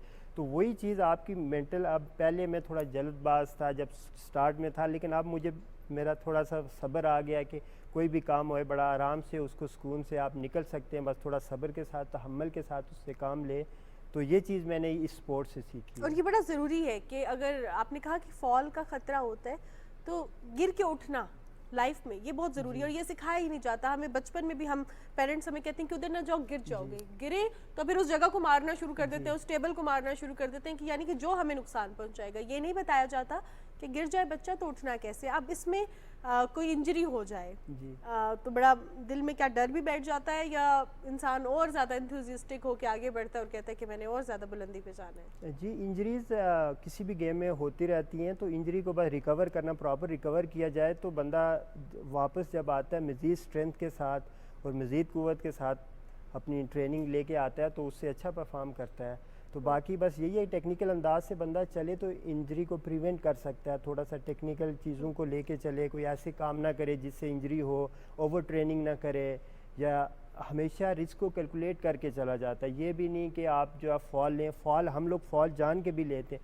लेकिन वो सेफ्टी के साथ सारी चीज़ें होती है। तो जब आप सेफ्टी के साथ चलते हैं तो बाकी आप फिर सिक्योर रहते हैं। बिल्कुल सही। अब चूँकि ये गेम है और एक्सपर्टीज़ भी हैं, इसमें जो इस्लामाबाद में नेशनल पार्क है वहाँ पर क्लाइंबिंग करते हैं, इसके अलावा बाकी एक चीज़ें एक्सप्लोर की हैं, कुछ कंपटीशन भी अरेंज करवाएं हैं या प्लान्स हैं? जी जी बिल्कुल, इस तरह के प्लान्स हैं। मैंने इंटरनेशनल कॉम्पिटिशन्स भी खेले हैं, इंटरनेशनल रॉक क्लाइंबिंग के लिए भी गया हूँ, और बाकी इस्लामाबाद से हट के नॉर्थ की तरफ भी क्लाइंबिंग की है, बाकी मुख्तलिफ़ जगहों पे कुछ ट्रेनिंग सेशन करवाए हैं मुख्तलिफ़ ऑर्गेनाइजेशंस के साथ, इस्लामाबाद से हट के भी पाकिस्तान की मुख्तलिफ़ जगहों पे करवाए हुए हैं। तो साजिद, टारगेट क्या है, अब आगे क्या अचीव करना है? इतनी ट्रेनिंग सेशन भी करवा लिए, आप एक्सपर्ट भी हैं, गोल्ड मेडलिस्ट भी हैं, तो आगे क्या है जो अचीव करना चाहते हैं? जी, आप देखेंगे पाकिस्तान में हमारे पास ट्रैंगो टावर्स हैं, जो वर्ल्ड के टॉलेस्ट जो टावर्स हैं, जो प्योर रॉक क्लाइंबिंग की शेप में हमारे पास मौजूद हैं। तो इंशाल्लाह उनको क्लाइंब करेंगे, वो अल्टीमेट गोल होता है, जिस तरह किसी माउंटेनियर का K2, एवरेस्ट,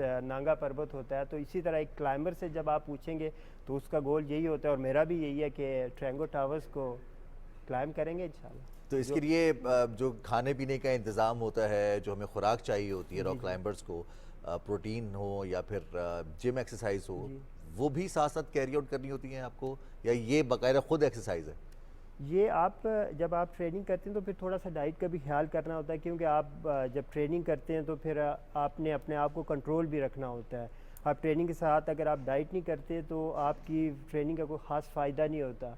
तो इस वजह से डाइट कंट्रोल करना और डाइट अच्छी डाइट रखना ये एक ज़रूरी चीज़ है जो सब एथलीट के लिए ज़रूरी होती है, तो हम लोग भी इसका ख्याल करते हैं। अच्छा, जो रॉक क्लाइंबर्स बनना चाहते हैं ज़िंदगी जी में और छोटे हैं अभी एज में, स्कूल में बच्चों का बड़ा दिल चाहता है ऐसी एक्टिविटीज़ हों, वो देख रहे होते हैं तो बड़ा अट्रैक्ट भी होते हैं, पेरेंट्स बड़े रिलक्टेंट होते हैं, तो बच्चा है छोटा है, हड्डियाँ कमज़ोर हैं, किस एज से स्टार्ट करनी चाहिए प्रैक्टिस? बच्चों के लिए 6 से 7 साल के जो बच्चे होते हैं वो इस एक्टिविटी को स्टार्ट कर सकते हैं, और वो पेरेंट्स के, हमारे साथ जो बच्चे आते हैं वो पेरेंट्स के साथ आते हैं स्टार्ट में, वो लेके आते हैं, उन्हें देखते हैं, वो सब असेस करते हैं कि सेफ्टी के हिसाब से, तो वो 6 से 7 साल बच्चे ज्वाइन कर सकते हैं। और क्लाइंब करनी चाहिए बच्चों को, क्योंकि आजकल के दौर में जैसे आपको पता है कंप्यूटर गेमिंग इन चीज़ों में बहुत ज़्यादा हमारे बच्चे इन्वॉल्व हैं, तो जब आउटडोर में आएंगे वो एक हेल्दी इन्वायरमेंट, एक हेल्दी एक्टिविटी को लेके चलेंगे तो उनके लिए वो उस पर पॉजिटिव इफेक्ट करेगा उनके बॉडी पर भी। साजिद साहब, बहुत शुक्रिया, आप तशरीफ़ लाए। बहुत सारी बातें हैं इस खेल के हवाले से, इस इवेंट के हवाले से भी, जो हम जानना चाहते थे, आपसे करना चाह रहे थे, वक्त की कमी की वजह से हमें आज का प्रोग्राम भी अख्ताम पसीर करना है। आपका बहुत शुक्रिया, आप तशरीफ़ लाए, और हमें दुआ है कि आप मज़ीद कामयाबियाँ समेटें और ऐसे ही लोगों को पहाड़ों पर चढ़ना, ख़ासतौर पर अगर हम ये चट्टाने सर करना, वो क्या शाहीन बनाता नहीं बसेरा। बिल्कुल जनाब, वो कहते हैं ना कि तू शाहीन है बसेरा कर पहाड़ों की चट्टानों पर, तो शाहीन है हम, और इकबाल के शाहीन है, सिर्फ अपने अपनी ज़िंदगी में नहीं, फिज़िकली नहीं, बल्कि मेंटली भी उन तमाम चट्टानों पर पहुंचना है जिस पर हमारे बड़े उम्मीद रखते थे कि हम पहुंचेंगे, और वो तभी होगा जब हम बाशऊर होंगे, वो तभी होगा जब हम मेहनत करेंगे। और आज मज़दूरों का आलमी दिन है, मेहनत कशों का आलमी दिन है, तो मेहनत करें, अपनी तरफ से पूरी कोशिश करें, और फिर अल्लाह ताला आपके लिए रास्ते आसान करेंगे। बिल्कुल, और इसके साथ ही हमारे प्रोग्राम का वक्त भी ख़त्म हुआ चाहता है। आपसे इंशाल्लाह कल सुबह मुलाकात होगी सुबह पाकिस्तान में। बिल्कुल जनाब, अपनी मेज़बान माहनूर कुरैशी और रिजवान अली को इजाज़त दीजिए, अपना बहुत सारा ख्याल रखिएगा। अल्लाह हाफिज़।